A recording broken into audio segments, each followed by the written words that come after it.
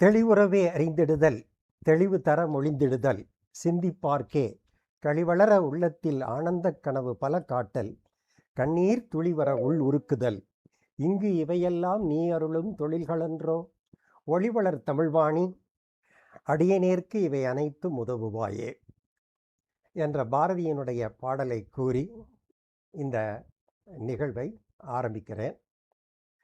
வாசிப்போம் தமிழ் இலக்கியம் வளர்ப்போம் குழுவானது ஒரு நூல் ஒரு பார்வை என்ற தலைப்பிலே தமிழிலே கடந்த ஒரு வருட காலத்திற்குள் வெளியான சிறப்பான நூல்களை குறித்து ஒரு கூட்டத்தினை இலக்கிய சந்திப்பை நடத்தி கொண்டிருக்கிறோம். அதிலே இன்று 4வது சந்திப்பாக உண்மை நின்றிட வேண்டும் என்று மாலன் அவர்கள் எழுதிய நூலை குறித்து உரையாடுவதற்காக இங்கே குழுமியிருக்கிறோம். ஏராளமான எழுத்தாளர்கள், வாசகர்கள், இலக்கிய ஆர்வலர்கள் பலரும் இங்கு வருகை தந்திருக்கிறார்கள். எழுத்தாளர் மாலன் அவர்கள் அனைவரும் அறிந்த பத்திரிகையாளர், எழுத்தாளர். நான் எழுத்தாளர் மாலன் அவர்களை முதலாக 1985ஆம் ஆண்டிலே ஏவிஎம் ராஜேஸ்வரி மகாலில் இலக்கிய சிந்தனையினுடைய ஒரு ஆண்டு விழாவில் தான் பார்த்தேன். அவரையும் பாலகுமாரனையும் அந்த ராஜேஸ்வரி கல்யாண மண்டப அந்த பூங்காவிலே தரையிலே அமர்ந்திருந்தார்கள். அவர்களை சுற்றிலும் ஏராளமான வாசகர்கள் கூட்டம். அதுதான் அவரை முதலாக பார்த்தது. அதற்கு பின்னாலே எழுத்தாளர் சுப்ரபாரதி மணியன் குமுதத்திலே ஒரு பரிசு வாங்கினார். அதற்கு அவருக்கு வெளிநாட்டிற்கு செல்ல ஒரு வாய்ப்பு கிடைத்தது. அதற்காக தமிழக பிஎஸ்என்எல் துறைக்கு ஒரு சர்டிஃபிகேட், சான்றிதழ் தர வேண்டும். அதை பெறுவதற்காக குமுதம் அலுவலகம் சென்று மாலன் அவர்களை பார்த்தேன். அதுதான் சந்திப்பு என்று அவரிடம் முதலாவதாக பேசியது. அதற்கு பின்னாலே கடந்த 10 ஆண்டுகளாக பல மேடைகளிலே, பல கூட்டங்களிலே அவரை பார்த்து கொண்டிருக்கிறேன், பேசி கொண்டிருக்கிறேன். எழுத்தாளர் மாலன் அவர்களை குறித்து ஒரு சிறிய அறிமுகத்தை கூறிவிடலாம் என்று நினைக்கிறேன். எழுத்தாளர் மாலன் அவர்கள் தனது எழுத்துலக பயணத்தை சிற்றேடுகளில் துவக்கியவர். திசைகள், குமுதம், தினமணி, இந்தியா டுடே தமிழ், குங்குமம், புதிய தலைமுறை கல்வி ஆகிய தமிழகத்தினுடைய முன்னணி தமிழ் இதழ்களின் ஆசிரியராக பணியாற்றியவர். மணிக்குடி எழுத்தாளர் சீசு செல்லப்பாவினுடைய எழுத்து இதழ் மூலம் 15 வயதில் கவிதைக்கும் தனது கவிதைகள் மூலம் இலக்கியத்திற்கும் அறிமுகமான இவர் பத்திரிகை பணிகளுக்காக மட்டும் அல்லாமல் இவரது படைப்பிலக்கியங்களுக்காகவும் பாராட்டப்படுகிறார். எழுத்தாளர்கள் தி. ஜானகிராமன், ஜெயகாந்தன் போன்ற முன்னோடிகளாலும், சிட்டி, வள்ளிக்கண்ணன் போன்ற விமர்சகர்களாலும், எழுத்தாளர்கள் பிரபஞ்சன், முத்துலிங்கம், ஜெயப்பிரகாசம், பொன்னீலன் போன்ற அவரது சமகால படைப்பாளிகளாலும், எழுத்தாளர்கள் எஸ்ரா, பாரதி பாலன் போன்ற அடுத்த தலைமுறை படைப்பாளிகளாலும் இவரது சிறுகதைகள் பாராட்டப்பட்டுள்ளன. பல பல்கலைக்கழகங்களிலும் இவரது படைப்புகள் பாடமாக வைக்கப்பட்டுள்ளன. இவரது சிறுகதைகள் ஆங்கிலத்திலும் மற்ற இந்திய மொழிகளிலும், சீனம், மலாய், பிரெஞ்சு ஆகிய சில அயல் மொழிகளிலும் மொழிபெயர்க்கப்பட்டுள்ளன. இவரது புகழ்பெற்ற ஜனகன மனகன நாவல் ஆங்கிலம், இந்தி ஆகிய மொழிகளில் மொழிபெயர்க்கப்பட்டுள்ளது. இவரது சிறுகதைகள், கவிதைகள் சர்வதேச தொகுப்புகளிலும் சாகித்ய அகாடமியினுடைய தொகுப்புகளிலும் இடம்பெற்றுள்ளன. இவரது படைப்புகள் இல்லஸ்ட்ரேட்டட் வீக்லி ஆங்கிலம், டெக்கான் ஹெரால்டு ஆங்கில பதிப்பு, இந்தியா டுடே மலையாளம், மாத்ருபூமி மலையாளம், விபுலா ஹிந்தி ஆகிய இதழ்களில் வெளியாகியுள்ளன. இவரது சிறுகதை ஒன்றினை தமிழினுடைய சிறந்த 100 கதைகளில் ஒன்றாக எழுத்தாளர் எஸ். ராமகிருஷ்ணன் பெருமையாக குறிப்பிடுகிறார். சிங்கப்பூர் இலக்கிய பரிசு, மலேசிய எழுத்தாளர்கள் சங்க பரிசு, கனடாவில் உள்ள இலக்கிய தோட்ட விருது ஆகியவற்றிற்கான சர்வதேச நடுவராக பணியாற்றுமாறு அழைக்கப்பட்டவர் மாலன். சாகித்ய அகாடமி, லலிதா கலா அகாடமி, ராஜாராம் மோகன்ராய் நூலக அறக்கட்டளை போன்ற பல அமைப்புகளில் பல்வேறு பொறுப்புகளிலே இருக்கிறார். மாலன் தமிழிலும் ஆங்கிலத்திலும் மிகச்சிறந்த மேடை உரையாளர். இலக்கியம், மொழி குறித்து உலகில் உள்ள பல்வேறு பல்கலைக்கழகங்களிலும் அவர் உரையாற்றியிருக்கிறார். இது எழுத்தாளர் மாலன் அவர்களை பற்றிய சுருக்கப்பட்ட குறிப்பு என்றே நான் சொல்லுவேன். எழுத்தாளர் மாலன் அவர்களினுடைய இந்த உண்மை நின்றிட வேண்டும் என்று நூலை குறித்து பேசுவதற்காக அகிலா ஜுவாலா வருகை தந்திருக்கின்றார். எழுத்தாளர் அகிலா ஜுவாலாவை பற்றியும் ஒரு சிறிய குறிப்பை வாசித்து விடுகிறேன். எழுத்தாளர் அகிலா ஜுவாலாவினுடைய பாட்டனார் இளம்பூரணார் தமிழில் இலக்கிய இலக்கண படைப்புகளை தந்தவர். தந்தையும் புலவர், தாய் தந்தை இருவரும் ஆசிரியர்கள். அகிலா ஜுவாலாவும் தமிழிலே கவிதைகள் எழுதுபவர், ஆங்கில இலக்கியத்தில் முதுகலை பயின்றவர், கணனி அறிவியல் பட்டம் பெற்றவர், எம்ஃபில் பட்டமும் பெற்றவர். கல்வித்துறையிலே 25 ஆண்டுகளாக பணியாற்றி வருகிறார். அகில இந்திய வானொலியில் 5 ஆண்டுகள் தொகுப்பாளராக இருந்திருக்கிறார். மாவட்ட அளவில் 3 முறை தனியார் கல்வி நிறுவனங்கள் மற்றும் லயன்ஸ் கிளப் மூலம் சிறந்த ஆசிரியராக தேர்வு செய்யப்பட்டு பரிசு பெற்றிருக்கிறார். கல்வித்துறை சேவைக்காக தனியார் நிறுவன கௌரவ முனைவர் பட்டம், தமிழ் கவிதைகளுக்காக கவிவாணி விருது, சொல்லின் செல்வர் குமரி அனந்தனிடமிருந்து பாரதி விருது என்றெல்லாம் பெற்ற பெருமைக்குரியவர் அகிலா ஜுவாலா. 2002 தினமலர் வாரமலரில் ஆரம்பித்து அமுதசுரபி, குமுதம், சக்தி விகடன், மின்மினி, குமுதம் சிநேகிதி, அவள் விகடன், லேடிஸ் ஸ்பெஷல் என பல்வேறு இதழ்களில் கதை, கவிதை, நேர்காணல் கட்டுரைகள் என்று படைத்திருக்கின்றார். இதுவரையில் 4 நூல்களை எழுதியிருக்கிறார் அகிலா ஜுவாலா. இவ்வளவு பெருமைகளையும் உடைய அகிலா ஜுவாலா அவர்களை உண்மை நின்றிட வேண்டும் என்ற மாலனினுடைய நூலை குறித்து பேச அழைக்கிறேன். வாங்க. வணக்கம் சார். அனைவருக்கும் வணக்கம். உயிர்களெல்லாம் தெய்வமன்றி பிற ஒன்றில்லை, ஊர்வனவும் பரப்பனவும் நேரே தெய்வம், பயிலுமர பயிலுமுயிர் பகை மட்டும் அன்றி இங்கு பார்க்கின்ற பொருளெல்லாம் தெய்வம் கண்டீர், ஏழுகின்ற ஜடப்பொருட்கள் அனைத்தும் தெய்வம், எழுதுகோல் தெய்வம், இந்த எழுத்தும் தெய்வம் என்ற வரிகளோடு இந்த விமர்சனத்தை ஆரம்பிக்க விளைகிறேன். அனைவருக்கும் வணக்கம். திருமாலன் அவர்கள் எழுதிய உண்மை நின்றிட வேண்டும் தலைப்பே மகாகவியின் வரிகளிலிருந்து, அதுவும் அக்மார்க் பொருத்தமான தலைப்பு. ஆனால் இதை படித்ததும் நினைவு வந்தது, anyone who does not take truth easily in small matters cannot be trusted in large matters either அப்படிங்கிற ஆல்பர்ட் ஐன்ஸ்டைனோட வார்த்தைகள் தான். இந்த சின்ன சின்ன விஷயங்கள்ல உண்மையை அலட்சியப்படுத்தினா பெரிய விஷயங்கள நம்பகத்தன்மை போயிடும்ன்றது இதனோட பொருள். நம்ம ஊர்ல ஆனா நெருப்பு இல்லாம புகையாது அப்படின்னு சொல்லுவாங்க. பனி சூழும் போது கூட இங்க புகையாதானே இருக்கும் அப்படிங்கிறது ஒரு கேள்வி இருக்கத்தானே இருக்கும் எல்லார்கிட்டையும். அதே மாதிரி நாம உண்மைன்னு நம்புற பல விஷயங்கள் பின்னால போயிட்டு போகுது. பொய்யனை ஒதுக்கிய விஷயங்கள் சில நேரங்கள்ல கண் முன்னால பெருசா விஸ்வரூபம் எடுக்கும் உண்மையா.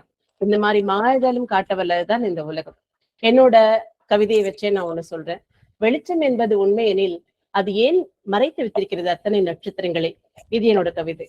இது பகல்னா வெளிச்சம், அதுல எதையுமே மறைக்க முடியாது, எல்லாம் வெட்ட வெளியா தெரிஞ்சிடும் அப்படிங்கிறது மனிதர்களோட அசைக்க முடியாத நம்பிக்கை. ஆனா அந்த பகல்கள்ல நட்சத்திரங்கள் தெரியறதே இல்லை. அந்த மாதிரிதான் எத்தனையோ எழுத்துக்களில் எத்தனையோ இதுல மறைக்கப்பட்ட பல பாரதியின் அறியாத மற்றும் தவறாக புரிந்து கொள்ளப்பட்ட பல பக்கங்களை மாலன் அவர்கள் வெளிச்சம் போட்டு இந்த புத்தகத்துல காட்டியிருக்கிறாரு. படிக்க படிக்க வியப்பா இருக்குங்க. இது புதினம் கிடையாது, சரித்திர குறிப்புன்னு சொல்ல முடியாது, ஒரு ஆவணம்னு சொல்ல முடியாது, ஒரு ஆய்வியல் கட்டுரைன்றதுதான் இதுக்கு பொருத்தமா இருக்கும்.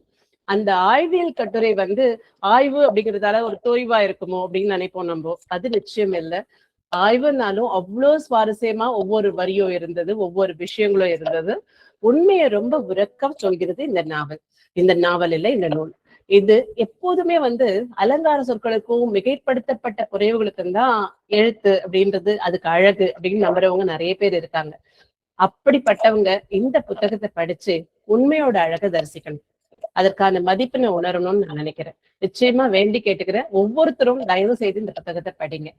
இதுல நிறைய மேற்கோள்கள், நிறைய மெனக்கடல்கள். அவர் சொல்லியிருக்காரு, நான் தமிழ் படிச்சிருந்தா நான் ஆய்வு கட்டுரை எழுதுனா எடுத்துட்டு இருப்பாங்க, ஆனா என்னால அது மாதிரி பண்ணதில்ல முடியலன்றதால என்னோட ஆய்வு கட்டுரைகளா எடுத்துக்க முடியல இது அப்படிங்கிற. அப்போ அவரோட தேடல் ஃபுல்லா இது ஆய்வாவே சமர்ப்பித்திருக்க ஆசைப்பட்டிருக்காருறது எனக்கு புரிய வருது. மாலன் சார் தன் மனம் நேரம் எல்லாத்தையுமே மொத்தமா ஒருங்கிணைச்சு பாரதியோட வாழ்க்கையை ஆய்வு செய்ய மாலன் அவர்கள் பாரதி மேல வச்சிருந்த அளப்பரிய மரியாதையும் அன்பும் தான் காரணம்னு நான் நம்புறேன். இந்த புத்தக வெளியீட்டு விழாவோட ஒரு கிளிப்பா வந்து நான் அந்த வீடியோல பார்த்தேன்.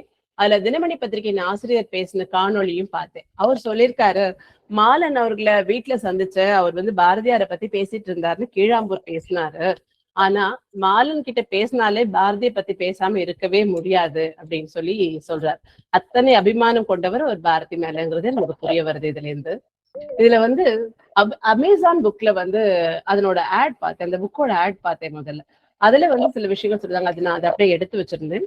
நிவேதா, இந்த நூல் வந்து நிவேதிதா அறிவுரை கூறித்தான் பாரதி பெண் கல்வியில் அக்கறை காட்டினார் என்பதை மறுக்கிறது. வேல் சிலவரசர் மீதான பாடலை நிர்பந்தத்தின் பேரினால் எழுதினார் என்பதை நிராகரிக்கிறது. அரவிந்தரிடம் பாரதி வேதம் பயின்றார் என்பதை நிராகரிக்கிறது. பாரதி வயிற்றுக்கு சோறு இல்லாமல் வறுமையில் வாடினார் என்பதை மிகைப்படுத்துகிறது என்று நிறுவுகிறது. இது மாதிரி வந்து நிறைய தரவுகளை வந்து மெய்ப்பிச்சிருக்கு. சில விஷயங்களை இது பொய்ன்னு தெளிவா எடுத்து சொல்லியிருக்கு இந்த புத்தகம். இதுல வந்து அவரை வந்து ஒவ்வொன்றும் தேடி தேடி ஆராய்ஞ்சு பல வதந்திகளுக்கு கூட இங்க முற்றுப்புள்ளி வைக்கிறார். முனைவர் பட்டத்துக்கு ஆய்வறிக்கை தான் இது கிட்டத்தட்ட. பாரதியின் தோற்றத்தை கூட அவர் விட்டு வைக்கல. பாரதியின் கண்கள் வந்து செவ்வரி படிஞ்சா மாதிரி செந்தாமரை கண்கள், இமைகளின் நடுவே வந்து அக்னி பந்துகள் ஜொலிக்கிறது போல பிரகாசமா இருக்கும் அவரோட கண்கள் அப்படின்னு அவர் சொல்றாரு. அந்த கண்களை எவ்வளவு நேரம் பார்த்தாலும் தெவிட்டாது. இது எல்லாமே அவரா சொன்னதுன்னு சொல்ல முடியாது, யார் யாரோ சொன்ன எழுத்து குறிப்புகள்ல இருந்து எடுத்து கொடுக்குறாரு. சோ நமக்கு அந்த தோற்றத்தை பத்தி கூட நமக்கு தவறான தகவல்களோ தவறான புரிவுகளோ இருக்கக்கூடாதுன்றதுல அவர் ரொம்ப ஸ்ட்ராங்கா இருக்காரு. அவரோட வாழ்க்கையை மூடுறதுக்காக 2 பக்கம் கேசத்தை எடுத்து உச்சத்தலைக்கு எடுத்துட்டு போய் படிய செய்வாராம். ரொம்ப அழகுணர்ச்சியுடையவர் பாரதியார்னு ரொம்ப கொஞ்சம் நகைச்சுவை ததும்ப இது சொல்லியிருக்காருன்னு தான் நான் நினைக்கிறேன். அதே மாதிரி இடுப்புல வந்து தட்டு சுற்றுதான் வேஷ்டி கட்டுவாரு. பஞ்சகட்சம் கட்டிட்டு இருக்க மாதிரி எல்லாருமே அவரை பத்தி பேசுறாங்க. அவர் பஞ்சகட்சம் கட்டுவாரு. அவரோட எந்த ஒரு குழந்தைகளோட நாடகம், மாறுவேட போட்டி, இல்ல வந்து ஏதாவது பத்திரிகையில படம் வரைஞ்சு எல்லாத்துலயுமே வந்து பாரதியாரை வந்து ஒரு பஞ்சகட்சம் கட்டினவராவே காட்டுறாங்க. ஆனா உண்மை அது கிடையாது. அவர் அதை கொஞ்ச நாளில விட்டுட்டாரு அப்படின்னு சொல்றாரு. அதுவும் இல்லாம பாரதின்ற ஒரு புலவன் இருந்தான். அவன் மகாகவியான வாழ்ந்தான். அவன் கவிதைகள் சாகாவரம் பெற்றவை என்பதை தெரிந்த இந்த தலைமுறைக்கு உண்மையில் பாரதி யார் என தெரிய வைக்கிறது இந்த நூல். அதுக்கான மெனக்கடல்கள் அபாரம். 17 ஆண்டுகளில் 274 கவிதைகளும் 50க்கும் மேற்பட்ட கதைகளையும் ஏராளமான கட்டுரைகளையும் மொழிபெயர்ப்புகளையும் எழுதியுள்ளார் பாரதி. மறைத்தும் தற்புகழ்ச்சி பாராட்டுதல் விரும்பேன் என தன்னை பற்றி அதிகம் எழுதியதில்லை என்பதை படித்தறியும் போது இப்படி கூடவா புகழ் தேடும் மனிதர்களுக்கு நடுவில் இப்படி ஒரு மகானா அப்படி என்று வியக்க வைக்கிறார் பாரதி. பாரதியார் எல்லோருக்கும் எதிரே தேட கிடைக்காத சொன்னமே, உயிர் சித்திரமே என தொடங்கி என்னை பார்த்து காதல் பாட்டுகள் பாடுவார் என்று செல்லம்மாள் குறிப்பிட்டிருக்காங்க ஒரு நூல்ல. இது சொல்லும் பொழுது ஆஹா, பாரதியோட நவரச மனம் எப்படி இருக்கு. ஒரு பக்கம் நாட்டு விடுதலைக்கு போராடுது, இன்னொரு பக்கம் தமிழ்த்தாயை வணங்குது, ஒரு பக்கம் சமூக அவலங்களை எடுத்து போராடுது, இன்னொரு பக்கம் பெண் கல்வி பெறணும்னு தவிக்குது, இன்னொரு பக்கம் அநியாயங்களை கண்டு பொங்குது. இதுக்கு நடுவுல மனைவியோட காதலிலும் கழிக்கிறது. எத்தனை கோடி இன்பம் வைத்தாய் சர்வேசா என்று பாடிய பாரதி அழகியலிலும் தன்னுடைய ஆர்வத்தை காட்டுவார் என்பது கூடுதல் சுவாரஸ்யம். பாரதியாருக்கு அப்போ 18-19 வயசு. அப்ப கூட தன்னை எப்பவுமே அழகா சிங்காரிச்சுப்பாரு, ரொம்ப அழகா அலங்கரிச்சுப்பாரு. அது நல்லா அலங்கரிச்சுக்கிட்டு உழவணும் அப்படிங்கிறது அவரோட ஆசை அப்படிங்கிறது இதுல வெளிப்படுது. அதே மாதிரி உடம்புல ஒரு பனியன் சட்டை போட்டிருப்பாராம். வேஷ்டி சட்டைகள் எல்லாம் சலவைக்கெல்லாம் போட மாட்டாருன்னு ஒரு கூற்று சொல்லியிருக்காங்க. அதை வந்து அவர் மறுத்திருக்காரு நம்ம நூலாசிரியர். பாரதியாரோட சலவை கணக்கை வந்து சீனி விஸ்வநாதன் அப்படிங்கிறது வந்து பிரசுரம் செய்ததை குறிப்பிட்டு, அது மட்டும் இல்லாத பாரதி வந்து அவரோட கூட்டுல வந்து எப்பவுமே ஒரு பூவை சொருகிற பழக்கத்தை வச்சிருந்தார் அப்படிங்கிறதையும் அழகா எடுத்து சொல்லியிருக்காரு.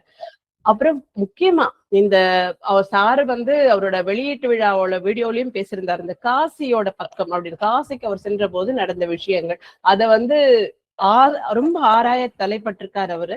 ஆனா அதுல முழுமையான வெற்றி கிடைக்கல அப்படிங்கறத உண்மையை ஒத்துக்கணும். நம்ம அவராலே முடியல, அதாவது அதற்கான சரியான ஆவணங்கள் அங்க கிடைக்கல அப்படிங்கிறது நிஜம். ஆவணங்களே இல்லாத அந்த நாட்களில் ஒரு சில ஞாபகங்களை மட்டும் கவனமாக மீட்டெடுத்திருக்கிறது இந்த நூல் அப்படின்னு சொல்லலாம். ஒரு சின்ன ஊர்ல ஒரு மரபான நம்பிக்கையோட ஒரு ஆசானமான குடும்பத்துல வளர்க்கப்பட்ட ஒரு சிறுவன் கண்மூடித்தனமான மத ஆசாரங்களை எல்லாம் எதிர்க்கும் ஒரு முற்போக்கான நவீன இளைஞனாக மாற்றியது காசி அப்படின்னு சொல்லி கூறப்பட்டிருக்கு. இந்த பாரதியோட காசியோட வாழ்க்கையை பற்றி ஆர்வத்தை வந்து நமக்கு இதுக்குள்ள தூண்டுது. ஆனா அதே சமயத்துல மிகைப்படுத்தல் ஏதுமின்றி கிடைக்கப்பட்ட உண்மை தகவல்களை மட்டுமே நம்மள முன்னால எடுத்து வச்சிருக்காரு நம்ம நூலாசிரியர். ஷெல்லி பாரதிக்கு பிடிக்கும்னு எனக்கும் தெரியுங்க. ஆனா ஷெல்லிதாசன் பேர் வச்சு அவர் எழுதினது நிஜமாவே எனக்கே தெரியாது. இத்தனைக்கும் ஒரு இங்கிலீஷ் லிட்ரேச்சர் ஸ்டூடெண்ட்னு சொல்லிக்க இந்த விஷயத்துல கொஞ்சம் அவமானப்படுறேன்னே சொல்றேன். அந்த ஷெல்லிதாசன் பேர் வச்சுக்கிட்டு பாரதி எழுதியிருக்காருன்றது எனக்கு மட்டும் இல்ல, நிறைய பேருக்கு புதிய தகவலாகவே இருக்கும். அதே மாதிரி பொய்யில் புலவன் அப்படின்னு சொல்லிட்டு திருவள்ளுவரை சொல்லுவாங்க. ஆனா அந்த வார்த்தைக்கு பாரதிக்கும் பங்கு இருக்கு. அந்த வார்த்தைக்கு அவரும் கொடி தூக்கலாம். ஏன்னா சொல்லுக்கு தக்கபடி பொருளை திரித்து சொல்பவன், அவசியமில்லாத அடைமொழி சேர்ப்பவன், மனமறிந்து உண்மைக்கு மாறு சொல்லும் எவரும் சரஸ்வதிக்கு நிகரில்லாத பங்கம் விளைவிக்கிறார்கள், பாதகம் செய்கிறார்கள். இலக்கியத்துக்கு தெளிவும் உண்மையுமே உயிர் என்று பேசியிருக்கிறார் பாரதி. அந்த வரிகளை பதிவு செய்திருக்கிறார் ஆசிரியர். அவருக்கு இதற்காகவே ஒரு சிறப்பான நன்றி, ஸ்பெஷல் தேங்க்ஸ் சொல்லலாம். ஜாதி வேறுபாடுகளை அவர் எதிர்த்திருக்கிறார்ன்றது நம்ம எல்லாருக்குமே தெரியும். சமூக சீர்திருத்தம் இல்லாமல் அரசியல் சீர்திருத்தம் என்பது ஒரு கனவு, பொய். ஏனெனில் சமூக அடிமைகள் அரசியல் சுதந்திரம் என்ன என்பதை ஒருபோதும் அறிந்து கொள்ள முடியாது என எக்காலத்துக்கும் பொருந்துமாறு சொன்னதை நூலாசிரியர் பதிவு செய்திருக்கிறார். ராமலிங்க சுவாமிகளும் சுதேசமித்திரன், சுப்பிரமணியன் ஆயர் இவர்களைப் போல வேறு சில மகான்களும் தமிழ்நாட்டில் புதிய விழிப்பிற்கு ஆதி கர்த்தாக்களாக விளங்குகிறார் என்று பாரதி எழுதியிருக்கிறார் என்பதன் மூலமே அவருடைய மனசுல விதைக்கப்பட்டிருந்த சமூக சீர்திருத்த எண்ணங்களும் அதனுடைய செயலாக்கங்களும் புரிய வருது. அதே மாதிரி சகோதரி நிவேதிதா, குறிப்பா சகோதரி நிவேதிதா அறிவுரை கூர்ன பிறகுதான் பாரதி தேசியம் பேசினாரு, பெண் கல்வி பேசினார், ஆண் பெண் சமத்துவம் பற்றி பேசினார், பெண் விடுதலை பற்றிய கருத்துக்கள் எல்லாம் அதிகம் சொன்னார். அப்படிங்கிற விஷயங்களை அழுத்தமாக மறுக்கிறார் ஆசிரியர். அதற்கான சரியான விளக்கங்களையும் அவர் சொல்லியிருக்கிறார்.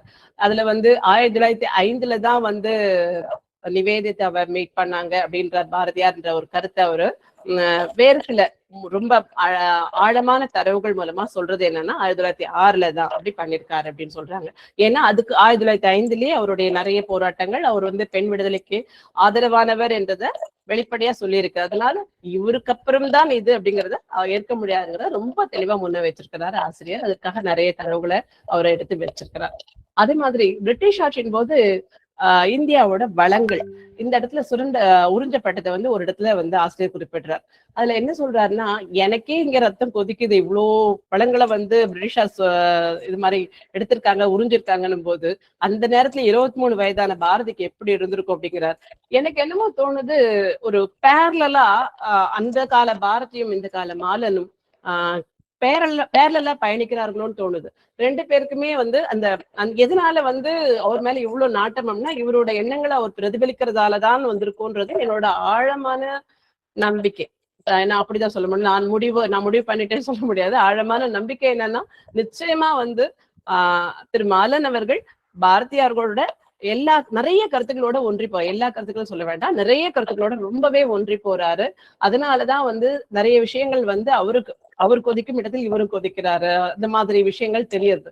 ஒரு காலத்துல நண்பர்களோட வற்புறுத்தலால அரை மனசோட புதுவைக்கு சொல்றாரு. அதுக்கு ஒரு கால கட்டாயம் அப்படி சொல்றாரு. அந்த பிபின் பால் அவரோட கூட்டங்கள் அது இதுன்னு ஏற்பட்ட கிளர்ச்சிகளால ஆங்கிலேய ஆட்சி, அதாவது பிரிட்டிஷ் ஆட்சியில இருக்கவங்க இவர் அரெஸ்ட் பண்ணுவாங்களோன்ற பயத்திலயுமே போனாருன்றதும் சில பேர் சொல்றாங்க. சோ அந்த புதுவைக்கு போன பிறகு அந்த புதுவை வாழ்க்கை பாரதிக்கு நல்லதுதான் செஞ்சுச்சு அப்படின்னு சொல்றாங்க. வெறுமா அரசியல் விடுதலை அப்படின்னு மட்டும் இருந்தவருக்கு ஆன்ம விடுதலை பத்தியும் சொல்லி கொடுத்தது அந்த ஏரியா தான், அதாவது அது புதுவை தான் அப்படிங்கிறது ஒரு சுவாரஸ்யமான தகவலா பார்க்கப்படுகிறது. அங்க பார்த்தா புதுவையில அவர் சந்தித்தது யாருன்னா, சித்தர் குள்ளச்சாமின்னு ஒருத்தர் சந்திச்சிருக்காரு, அரவிந்தரை பார்த்திருக்காரு, வாவேசு ஐயர், இவர்களோட நட்பு அங்க பல மாற்றங்களை அவங்களுக்குள்ள கொண்டு வந்திருக்கிறதுன்னு சொல்லியிருக்காங்க. இதுல அரவிந்தருக்கும் பாரதிக்குமானது அந்த நெருக்கத்தை பாத்தீங்கன்னா, எந்த இடத்துலயுமே பாரதி பெருசா எழுதி குறிப்பிட்டு அது மாதிரி இல்லை அப்படிங்கறத சொல்றாரு கிளியரா. ஆனா அதே சமயத்துல பாரதியோட பெண் சகுந்தலா அவங்க என்ன பண்றாங்க, புதுவையில இருந்து பாரதி கிளம்புறச்சே பாரதி அரவிந்தரை சந்திக்கும் போது அரவிந்தர் கிட்ட விடைபெற போனாங்க. அப்ப போகும்போது ஒரு தனி அறையில ஒரு சம்பாஷணை நடத்தினாங்க. நான் அந்த இடத்துல இல்ல, வெளியில இருந்து பாக்குறேன். ஆனா திரும்பி வெளியில வராரு எங்க அப்பா.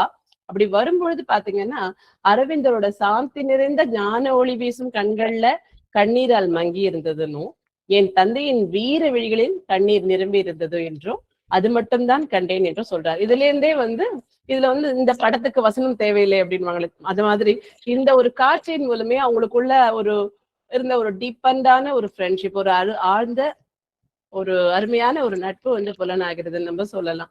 இந்த நெருக்கமான உருக்கமான நட்பு இவருக்கிடையே நிலவியதாக பாரதி குறிப்பிடலன்றதையும் கண்டிப்பா நூலாசிரியர் தெளிவாக்கி இருக்கிறார். அதே மாதிரி புதுச்சேரியில பாரதி ஈஸ்வரன் தர்மராஜா கோயில் தெருவுல குடியிருந்திருக்கார். அந்த இடத்துல வந்து அவர் வந்து வேற ஒரு நேர்பைல ஒருத்தருக்கு அவரு பேர் போட்டிருந்தது, நான் அது சரியா கவனிக்கல. அவருக்கு வீட்டுல வந்து அவரோட தந்தையோட புக்கு ஏதோ ஒருத்த கரெக்ஷன் அதனோட ப்ரூஃப் பாக்குற வேலையை பார்த்துட்டு இருந்த போது குள்ளச்சாமி அப்படிங்கிற சித்தரை சந்திச்சிருக்காரு. அப்போ நடந்த உரையாடல் வந்து ரொம்ப நல்லா இருந்தது. அதை நான் சொல்ல விரும்பல, ஏன்னா வந்து இதெல்லாம் புத்தகத்தோட ரொம்ப சுவாரஸ்யமான விஷயங்கள். அதை நான் வெளிப்படையா இதுலயே சொல்லிட்டோம்னா அது வந்து அவ்வளவு நல்லா இருக்காது. சோ அது ரொம்ப அழகா இருந்தது. அது அந்த அவர் இவர் பாரதி கேட்ட கேள்விக்கு சித்தர் சொன்ன பதில், அது வந்து ஒரு இறைமையை வெளிப்படுத்துற ஒரு பதில். அந்த பதிலால பாரதியோட மனசு எவ்வளவு அவர்கிட்ட வந்து அட்ராக்ட் ஆயிடுச்சு அப்படிங்கிறதும், அதுக்கப்புறம் வந்து அவங்களுக்குள்ள அந்த சுவாரஸ்ய உரையாடல்களையும் சொல்லியிருக்காரு. இதனால ஏற்பட்ட தாக்கங்கள் அப்படின்னு பாத்தீங்கன்னா, வேத நூல்கள் வாசிப்பு வழி இருந்த அவருக்குள்ள எல்லா உயிர்களிலும் இறைவன் இருக்கிற அந்த கருத்தை வந்து இந்த மாதிரியான சித்தர்கள் சந்திப்பு மேலும் வழிபடுத்துச்சு அப்படின்னு சொல்றாங்க. ஆனா அதே சமயங்கள்ல எந்த ஒரு இடத்துலயுமே, அதாவது நல்லது மட்டுமே சொல்ற விஷயம் வந்து உண்மை மட்டும் ஆகிடாது. நல்லது தீயது எதுவா இருந்தாலும் இது சரி இது அல்லது, இது நல்லது அல்லது எல்லாத்தையும் முன்ன வைக்கிறது தான் ஒரு நல்ல ப்ரோட்ரேட், அது வெளிப்பாடு அப்படின்னு சொல்லலாம். அந்த மாதிரி ஒரு வெளிப்பாடு வந்து என்னன்னா, அந்த குள்ளச்சாமியால தான் இவர் வந்து போதை பழக்கத்துக்கு உள்ளாகிட்டார் அப்படின்னும் சொல்றாங்க. இந்த விஷயத்த வந்து அவர் மேல ரொம்ப அன்பா இருக்க வஉசி வாவேசு ஐயர் அவங்க எல்லாம் ரொம்ப கவலையோட பதிவு செஞ்சிருக்கிறதா ஆசிரியர் சொல்றாரு. இந்த நேரத்துல இந்த மாதிரி ஒரு தவறான பழக்கங்கள், ஒரு பணம் அதிகம் சேர்க்க தவறிய ஒரு கணவர் அப்படின்னு கூட வைக்கலாம். ஒரு ஏதோ எந்த இடத்துலன்னு தெரியல, குடும்பத்திலயும் செல்லம்மாவோட மன வேற்றுமைகள் நிலவுச்சு. திடீர்னு ஒரு நாள் பாரதி கிட்ட சொல்லாம செல்லம்மா வந்து குழந்தைங்களை அழைச்சிட்டு அவங்க தாய் வீட்டுக்கு போனதா யதுகிரின்றவர் எழுதியிருக்கிறார். இனி திரும்பவே வரமாட்டார், நிரந்தரமாவே அவர் பிரிஞ்சுட்டாருன்னே பாரதி ரொம்ப மனம் வருந்தி இருக்கிறாரு அப்படின்னு யதுகிரியுமே சொல்லி வந்து வருந்திருக்கிறான்னு சொல்றாங்க. சென்னம்மாள் வந்து என்ன மன அழுத்தத்துல இருந்தாரு, நிறைய கடன்காரர்கள் வீடு தேடி வராங்களா, இல்ல 2 பெண் குழந்தைகளை எப்படி கஷ்டப்பட்டு வளர்க்குறோம், எப்படி இவங்களை இவரை வச்சு நம்பி பண்ண போறோம், இவர் வந்து போராட்டம் அது இது சில தவறான பழக்கங்கள் இப்படி டைவர்ட் ஆகும் பொழுது எப்படி வந்து இந்த இவரை நம்பி வந்து இந்த குழந்தைகளை வளர்க்க முடியும்ன்ற பயமா, இல்ல வந்து இதுக்கெல்லாம் வந்து பிறந்த வீட்டுல இருக்கிறதே பாதுகாப்பானதுன்னு அவர் நினைச்சிட்டாரா, என்ன மாதிரி எதுலாம் தெரியல. சோ இதுக்கு மேல வந்து அந்த தவறான பழக்கத்தால இவருக்கு மேல ஒரு வெறுப்பு உண்டாயிருக்கலாம், இல்ல கோபம் உண்டாயிருக்கலாம், ஏதோ ஒரு காரணம். ஆனா அதை கூட ஊகம்தான்றதையும் ரொம்ப இந்த இடம் தான் எனக்கு ரொம்ப பிடிச்சிருக்கு நூலாசிரியர் கிட்ட. எல்லா இடத்துலயும் அந்த தலைப்பு உண்மை நின்றிட வேண்டும். அதுக்கு வந்து அந்த இடத்துல வந்து அந்த என்ன சொல்ற அந்த கோர்ட்ல அந்த கம்பி மேல நடக்கிற இடத்துல வந்து எந்த இடத்துலயுமே பரவல வரும். அது கம்பி மேல நடக்கிறதா, இன்னைக்கு வந்து பொய் சொல்லி வாழ்ந்துடலாம், உண்மையை சொல்லி வாழ்ந்துடுறது ரொம்ப கஷ்டம். அந்த உண்மைய தெளிவா எடுத்து முன்ன வச்சு நான் இதுக்கு 1000 பேர் கொஸ்டின் கேட்பாங்க, எதை வச்சு சொன்னீங்க, அப்படி சொன்னீங்க இப்படி சொன்னீங்கன்னு கேட்கறதுக்கு 1000 நல்லது சொல்றதுக்கும் பாராட்டுறதுக்கும் மக்கள் இருக்காங்களோ இல்லையோ, தவறுகளை சுட்டி காட்டவும் தவறுகளை கண்டுபிடித்து ஒருவரை மட்டம் தட்டுறதுக்கும் மனிதர்கள் இருப்பாங்க. அப்படி இருக்கும்போது அந்த மாதிரி ஒரு இந்த உலகத்துல அவரோட உண்மைதான், இதுதான் உண்மை அப்படின்னு எடுத்து சொல்ற ஒரு பக்குவம் வந்து நம்ம நூலாசிரியருக்கு இருந்தது வந்து நான் உண்மையா மன நெகிழ்வுடன் அவருக்கு கை கூப்புறேன். அதுல என்னன்னா இந்த மாதிரி எல்லாம் சொல்லிட்டு அவர் போயிட்டாரு, இது எல்லாமே ஒரு ஊகம் தான் அப்படின்னு சொல்லி சொல்றாரு. அதே மாதிரி பாரதியோட சிறைவாசம் பத்தி எந்த இடத்துலயுமே இல்லைங்கிறதையும் அவர் தெளிவுபடுத்துறாரு. அப்புறமா வந்து ஃபைனலி 1921 செப்டம்பர் 11 நள்ளிரவுக்கு மேல் பாரதியோட உடலிலிருந்து உயிர் பிரிந்தது. உலகம் போற்றும் கவி சக்கரவர்த்தியுடன் அன்று அவரது கடைசி நாளில் திருநெல்வேலிக்கேணி மயானத்துக்கு சென்றவர்கள் சுமார் 20 பேர்கள். இதுதான் வந்து இதை வந்து பரளி நெல்லையப்பர் வந்து சொல்லியிருக்காரு. அது இல்லாம இதுதான் இன்னைக்கு வரைக்கும் உலகம் திரும்ப திரும்ப ரிப்பீட் பண்ணி, உலகம் தமிழகம் இந்தியா திரும்ப ரிப்பீட் பண்ணி சொல்லிட்டு இருக்காரு. அவரோட கடைசி நாள்ல இவ்வளவு பேர் தான் போனாங்களாம், அவரோட கடைசி நாள்ல பின்னால இவ்வளவு பேர் தான் போனாங்களாம். இது ஒரு பிளஸ்ஸா சொல்றவங்களும் இருப்பாங்க, மைனஸா சொல்றவங்களும் இருப்பாங்க. என்ன பொறுத்தவரைக்கும் நான் அதை பிளஸ்ஸா சொல்லியிருக்கேன். எப்படின்னா, என்னப்பா போப்பா பாரதிக்கே 20 பேர் தான் வந்திருக்காங்க, யாரையும் கைப்பிடித்து கால் பிடித்து விஷயங்களை சாதிச்சு கூட்டம் கூட்டுற விஷயம் நமக்கு தேவையே கிடையாது, நம்ம இப்படிதான் இருக்கணும் அப்படின்னு சொல்றதுக்கு அவரோட அது ஒரு உதாரணமா நான் எடுத்துப்பேன். சில பேர் அடப்போப்பா அவர் அவ்வளவு பெரிய ஆளுன்னு சொன்னீங்க, 20 பேர் தான் வந்தாங்களான்னு சொல்லி அதை மட்டமா பேசுறவங்களும் இருக்காங்க. அதை வச்சுட்டு தமிழகம் கண்டு கொள்ளல, கைவிட்டது புறக்கணிச்சதுன்னு இன்னைக்கு பேசிட்டு இருக்காங்கன்றத குறிப்பிடுறார் திருமாலன் அவர்கள். பார்த்தசாரதி கோயிலுக்கு பின்புறத்துல பாரதியாரோட வீடு இருந்தது. அந்த வீடு வந்து ஆசாரமான மக்கள் வாழ்ந்த இடம். அந்த இடத்துல வந்து ஒருத்தர் இறந்துட்டாருன்னா உடல் மயானத்துக்கு கொண்டு போற வரைக்கும் கோயிலை திறக்கக்கூடாது, தெருவுல யாரும் சாப்பிட மாட்டாங்க, பூஜை பண்ண மாட்டாங்க. சோ இந்த மாதிரி விஷயங்களை நிலைமைகளை கருத்தில் கொண்டு அந்த இடத்துல வந்து பாரதியோட உடலை சீக்கிரம் கொண்டு போக சொல்லியிருக்கலாம். அந்த உடலை காப்பாற்ற குளிர்சாதன பெட்டி வசதிகள்லாம் அங்க இல்ல. அதுக்கும் மேல சமூக வலைத்தளங்களோ சமூக ஊடகங்களோ இல்லாத காலங்கிறதால நிகழ்ச்சி எல்லாருக்கும் இந்த செய்தி வந்து எட்டி இருக்காது. இதெல்லாம் யோசிச்சு பார்க்காம ஏதோ புறக்கணிச்சது, கைவிட்டுடுச்சு அப்படிங்கிற மாதிரி எழுதுறது வந்து ரொம்ப அபத்தமானதுன்னு என்று சொல்றார் நூலாசிரியர். அதே நாள்ல வெளிவந்த ஹிந்துல The country has lost a born poet and sincere patriot என்று தலையாகம் எழுதியிருக்குது. துவக்கம் முதல் இறுதி வரை ஒவ்வொரு தமிழ் ஆர்வலர்களும் பாரதியாரை முழுமையாக புரிந்து கொள்ள நினைக்கும் ஒவ்வொருவருக்கும், முக்கியமாக இனி பாரதியார் குறிப்பு தேவைப்படும் எந்த ஒரு மாணவனும் படிக்க வேண்டிய பல வரலாற்று நிகழ்வுகளின் தொகுப்பு தான் இந்த புத்தகம். நாம் அறியாத பல பக்கங்களை நமக்கு காட்டும் இந்த புத்தகம் நிச்சயம் ஒவ்வொருவரும் படிக்க வேண்டிய ஒன்று. படிக்கும் பொழுது பத்திரிகையாளர் மாலன் அவர்கள் பாரதி மேல் கொண்டுள்ள பாசற்ற பற்று மட்டுமல்ல, நூலாசிரியரின் நாட்டுப்பற்று, சமூக அவலங்களுக்கு எதிரான அவருடைய பார்வை எல்லாவற்றையுமே மறைமுகமாக உணர்த்துகிறது என்பது உண்மை. வேடிக்கை மனிதரை போல் நானும் வீழ்வேன் என்று நினைத்தாயோ என்ற பாரதியின் வரிகள் அவரின் மேல் மாறா பற்று கொண்ட நம் நூலாசிரியர் அவர்களுக்கும் பொருந்தும். அவர் கொடுத்துள்ள இந்த நூல் தலைமுறைகள் தாண்டி பயணிக்கும் பயன் தரும். மனதில் உறுதி வேண்டும் என்ற பாடலின் கடைசி வரிகள் மண் பயனுற வேண்டும், வானகம் இங்கு தென்பட வேண்டும், உண்மை நின்றிட வேண்டும். உண்மை நின்றிட வேண்டும் என்பதே இந்த நூலாசிரியரின் முயற்சி. வாழ்த்துக்கள். இத்தகைய அரிய நூலை படித்து விமர்சிக்க உதவிய வாசிப்போம் தமிழ் இலக்கியம் வளர்ப்போம் நிறுவனர் மந்திரமூர்த்தி அவர்களுக்கு என் மனமார்ந்த நன்றி. மிக்க மகிழ்ச்சி. ஒரு சிறப்பான உரையை தந்தீர்கள். வாழ்த்துக்கள். இனி தொடர்ந்து உண்மை நின்றிட வேண்டுங்கிற நூலை வாசித்த நண்பர்கள் தங்களது கருத்துக்களை பகிர்ந்து கொள்ளலாம். முதல்ல ராயச்செல்லப்பா சார் வாங்க. குழுமையுள்ள அனைவருக்கும் என்னுடைய வணக்கத்தை தெரிவித்துக் கொள்கிறேன். மந்திரமூர்த்தி அழகு அவர்களுக்கு அவருடைய பெருமுயற்சி இந்த வாசிப்போம் இலக்கியம் வளர்ப்போம் என்ற பல்லாயிரக்கணக்கான வாசகர்களை ஒன்றிணைத்து பல நூறு நூல்களை இதுவரை அவர் அறிமுகப்படுத்தி பிரபலப்படுத்தி இருக்கிறார். இந்த தன்னலமற்ற தொண்டுக்காக மந்திரமூர்த்தி அழகு அவர்களை நான் மிகவும் பாராட்டுகிறேன், வணங்குகிறேன்.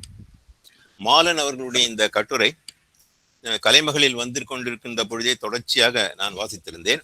எனக்கு முக்கியமாக இந்த கட்டுரையில் இந்த நூலில் 13வது அத்தியாயம், அதாவது அரவிந்தருக்கும் பாரதிக்கும் உள்ள புதிரான தொடர்பு என்ற கட்டுரை தான் எனக்கு மிகவும் பிடித்தமானது. என்னை கவர்ந்த கட்டுரை. ஏனென்றால் நான் அரவிந்தர், அன்னை இவர்களுடைய தத்துவங்களால் பெரிதும் ஈர்க்கப்பட்டவன். அரவிந்தருடைய வாழ்க்கை வரலாறு, அரவிந்தருடைய சாவித்திரி, அரவிந்தரை பற்றி மற்றவர்கள் எழுதிய நூல்கள், இவற்றையெல்லாம் கடந்த 32 ஆண்டுகளுக்கு மேலாக நான் நன்கு பயின்று வந்திருக்கிறேன். இதில் அரவிந்தர் எதற்காக பாண்டிச்சேரி வந்தார் என்பது தெரியவில்லை என்பது இங்கு குறிப்பிடப்படுகிறது. அரவிந்தரை பற்றி எதை சொன்னாலும் ஆன்மீகத்தை தொடர்பு படுத்தாமல் சொல்ல இயலாது. அரவிந்தர் சிறையிலிருந்து விடுதலையான பிறகு இறைவன் தன்னை, நீ இனிமேல் இந்திய சுதந்திரத்துக்காக போராட வேண்டாம், உனக்கு வேறொரு வேலையை நான் கொடுத்திருக்கிறேன், நீ காத்திரு என்று கூறியதாக அரவிந்தர் எழுதுகிறார். பிறகு நீ பாண்டிச்சேரிக்கு போ என்று அவருக்கு இறைவனுடைய கட்டளை எனக்கு கிடைத்தது என்று அரவிந்தர் எழுதுகிறார். அதன் பிறகுதான் அவர் படகில் கிளம்புகிறார். படகில் கிளம்பி வரும் பொழுது இவர்கள் நடுக்கடலில் சந்திரநாகூரிலிருந்து புறப்பட்டு வருகிறார்கள். கல்கத்தாவிலிருந்து கிளம்பி இன்னொரு படகு வர வேண்டும். இந்த படகு மாறி அங்கு போக வேண்டும். ஆனால் கல்கத்தாவில் உளவாளிகள் அரவிந்தருக்காக காத்து கொண்டிருந்தார்கள். அரவிந்தர் வரவேண்டிய படகு வந்து சேரவில்லை என்பதால் திரும்பவும் கல்கத்தாவிற்கு சென்ற அந்த படகோட்டி ஒரு குதிரை வண்டியில் ஏற்றி இவரை மருத்துவரின் இருப்பிடத்துக்கு அனுப்புகிறார். ஏன்னால் கப்பலில் செல்ல வேண்டும் என்றால் மருத்துவ சான்றிதழ் பெற வேண்டும். அதை அரவிந்தர் இன்னும் பெறவில்லை என்பதற்காக அதற்குள்ளாக கப்பலில் சென்று பிரிட்டிஷ் அரசு அவர்களுடைய உளவாளிகள் அல்லது அதிகாரிகள் அரவிந்தர் அதில் இருக்கிறாரா என்று சோதித்து பார்த்துவிட்டு 2 வங்காளிகளை தவிர மற்ற எல்லோரும் கப்பலில் இருக்கிறார்கள் என்று குறிப்பிட்டிருந்தார்கள். குறித்த காலத்தில் அவர் கப்பலுக்கு வந்திருந்தால் அரவிந்தரை அங்கேயே பிடித்திருப்பார்கள். அப்படி இல்லாததால் தெய்வாதீனமாக அவர் தப்பி பாண்டிச்சேரிக்கு வந்து சேர்ந்தார். பாண்டிச்சேரியில் அவரை வரவேற்ற முதல் நபர் பாரதியார்.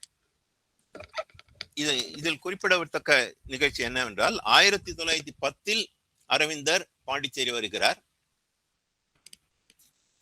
1918 பாண்டிச்சேரியிலிருந்து பாரதியார் தமிழ்நாடு கிளம்புகிறார். இந்த 8 வருடங்கள் அவர்களுக்கிடையே நல்ல நட்பு இருந்திருக்கிறது. 30 வயதுக்கு உட்பட்ட இளைஞர்களுக்கு இந்த புத்தகம் மிக அற்புதமான பொக்கிஷமாக விளங்கும். அதை எந்த அளவுக்கு நம்முடைய பல்கலைக்கழகங்கள் கொண்டு செல்கின்றதோ அந்த அளவுக்கு நல்லது என்று கூறி இந்த வாய்ப்புக்கு நன்றி கூறி விடைபெறுகிறேன். நன்றி.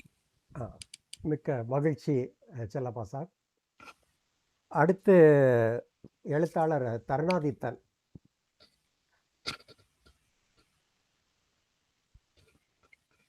எல்லாருக்கும் வணக்கம். நன்றி திரு மந்திரமூர்த்தி அவர்கள். நீங்க உங்களுடைய வாசிப்போம் தமிழ் வரப்போம் குழுவிலேருந்து வச்சு எவ்வளவோ தொண்டு பண்ணிட்டு இருக்கீங்க இந்த மாதிரி தமிழுக்கு. அது மிக்க மகிழ்ச்சி. அதில் இன்றைக்கு வாய்ப்பு கொடுத்ததுக்கும் நன்றி. இதில் மாலன் அவர்களுடைய புத்தகம் ஒரு பெரிய சிறப்பு அப்படின்னு சொல்லணும். பாரதியார் பற்றி நாம் எத்தனையோ படிச்சிருக்கோம், எத்தனையோ பேர் எழுதியிருக்காங்க. பட் இது ஒரு மகத்தான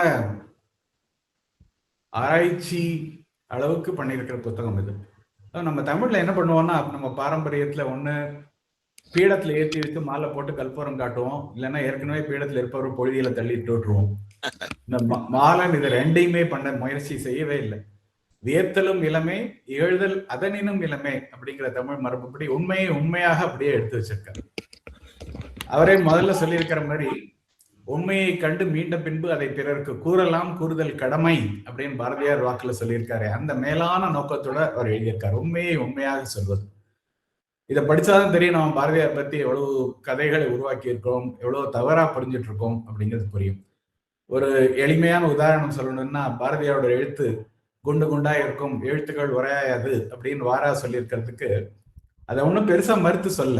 மாலன் அவர் என்ன பண்ணியிருக்காரு, ஒரு பக்கம் அவர் கீதை உரை எழுதியிருக்கிற பக்கத்தை போட்டு வாசகர்கள் தீர்மானித்துக் கொள்ளலாம் அப்படின்றார். அவ்வளவுதான், நம்மளே தெரிஞ்சுக்கலாம் அது எப்படி இருக்குன்னு. அதை பத்தி அதுக்கு மேல விளக்கம் கொடுக்க வேண்டிய அவசியம் இல்லை. அதே போல நிறைய நிகழ்ச்சிகள் பாரதியார் வாழ்க்கையிலிருந்து, அவருக்கு எப்படி பாரதி பட்டம் கிடைத்தது, அவர் எப்போ புதுவைக்கு போனார், எப்படி போனார், படகுல போனாரா இல்ல ரயில்ல போனாரா, அவரோட யார் போனாங்க, குடும்பத்துல யார் போனாங்க, அதுல என்ன முரல்கள், என்னென்ன சரித்திர எழுதியிருக்கிறதுல எப்படி எல்லாம் இருக்கு அப்படின்னு. இதெல்லாம் விட முக்கியமா நம்ம இன்னும் சில கருத்துக்கள் வச்சிருக்கோம். இப்போ பாரதியார் வறுமையில வாடினார் அப்படின்னு, சாப்பாட்டு கூட இல்லாம இருந்தார். ரொம்ப அழகா அதை விளக்கம் கொடுத்திருக்காரு. அதாவது இந்த புதுச்சேரியில இருந்து போது அவர் அரிசியை எடுத்து குருவிகளுக்கு போட்டு பாடல் பாடிக்கொண்டிருந்த விளக்கத்தை எழுதியிருக்காரு. அப்ப அவங்க செல்லம்மாள் வருத்தப்பட்டது கூட 1/4 பாகம் தான் குருவிக்கு போட்டார், அதுவும் பொறுக்கின அரிசி, அதுவும் குழந்தைகள் வருவதற்குள்ள விளையாடி வருவதற்குள்ள சோறு தயாரா இருக்காது, அதுக்குதான் அவங்க வருத்தப்பட்டாங்க. சாப்பாட்டுக்கு இல்லையே அவர் இப்படி தூக்கி போடுறாரேன்னு அப்படிப்பட்டதா இல்லை. அவ்வளவு அழகா அதை எடுத்து சொல்லியிருக்காரு. அது தவிர பாரதியாருக்கு என்ன காலை உணவு சாப்பிடுவார் அப்படின்னா, தோசை, தயிர், நெய், புதிய ஊறுகாய் போட்டு விருப்பமாக சாப்பிடுவார் அப்படின்னு செல்லம்மாள் சொன்னதான் எழுதியிருக்காங்க. இதெல்லாம் படிச்சாதான் தெரியும் நமக்கு அவர் அப்படி ஒன்றும் சாப்பாட்டு கஷ்டப்பட்டதில்லை. அதே சமயம் அவருக்கு ரொக்கமும் நிறைய கையில புரள, 2 விஷயத்தையும் சொல்லியிருக்காரு. ஸோ என்னை பொறுத்தளவு எந்த கருத்தையும் மாலன் அவர்கள் மிக கவனமாக சமச்சீர் பார்வையில் கொடுத்து, அது மட்டும் இல்ல எங்க இருந்து வந்ததுன்னு ஆவணங்கள் முழுக்க கொடுத்திருக்காரு. ஒவ்வொரு சாப்டர் எண்ட்லயும் எத்தனை ஆதாரம் கொடுத்திருக்காருன்னு பார்த்தா தெரியும் அவர் எவ்வளவு ஆராய்ச்சி பண்ணியிருக்காரு. ஒரு வழக்குரைஞர் தர்க்கம் சொல்வது போல அழகா விவரிச்சு சொல்லியிருக்காரு. அவர் தன்னுடைய ஊகம் என்னவா இருக்குங்கிறதையும் விளக்கம் கொடுத்திருக்காரு.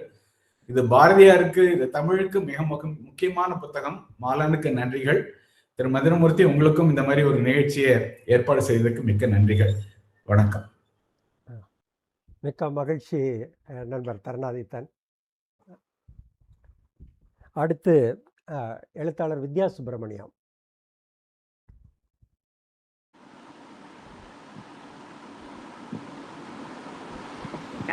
எல்லாருக்கும் வணக்கம். அதாவது சின்ன வயசுல நான் படிக்கிற காலத்துல பாரதிய பத்தின உருவம் கூட நமக்கு, அப்போ உண்மையான உருவம் கூட நமக்கு பார்க்கறதுக்கு கிடைக்காது.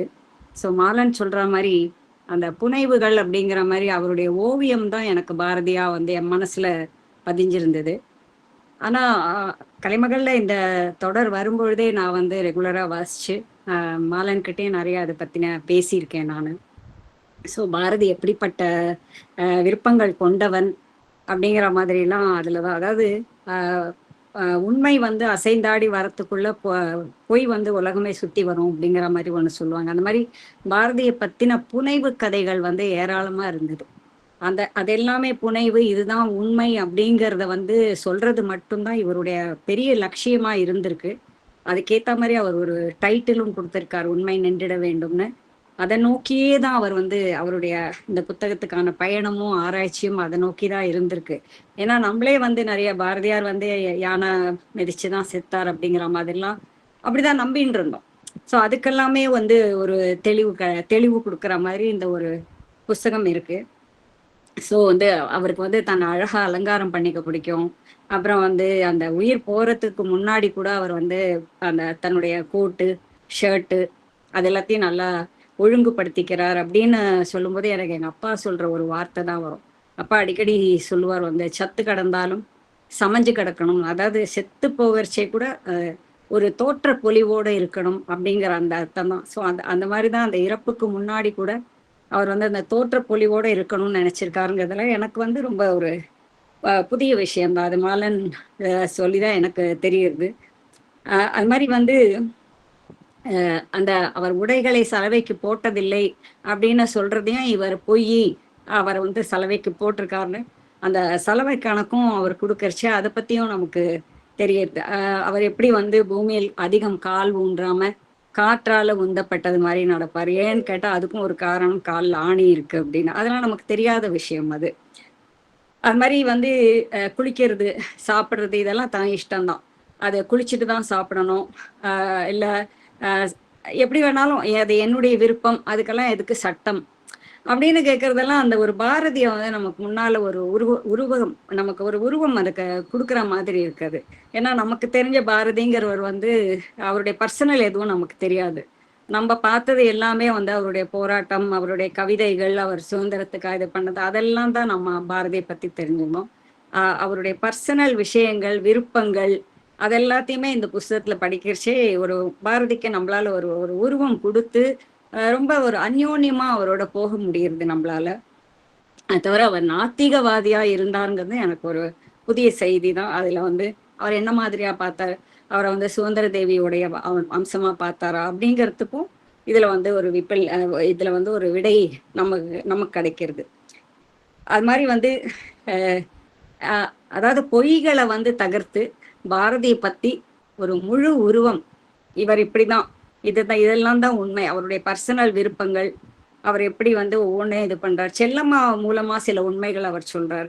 ஸோ அந்த மாதிரி உண்மைகளை மட்டுமே அவர் எடுத்து சொல்றதுங்கிறது இந்த புஸ்தகத்துக்கு வந்து ஒரு பெரிய வேல்யூ. அதனுடைய தலைப்புக்கு நியாயம் செய்யற மாதிரி இல்லை, இதனால்தான் அந்த தலைப்பும் வச்சிருக்கலாம் அப்படின்னு நான் நினைக்கிறேன். மொத்தத்துல மாலனை பத்தி ஒண்ணு சொல்லணும்னா இதோட நான் முடிச்சுக்கிறேன். பாரதியில் கண் விழித்து, பாரதியை கும்பிட்டு, பாரதியில் மூழ்கி எழுந்து, பாரதியை சுவாசித்து, பாரதியில் கரைந்து போகும் ஒரு மனிதரால் தான் இப்படி உண்மைகளை ஆய்ந்து எழுத முடியும். அவருக்குள்ளிருக்கும் பாரதி தான் உண்மை நின்றிட வேண்டும் என்று இதன் மூலம் வெளிப்பட்டிருக்கிறார். Hats off. வணக்கம் மாலன்.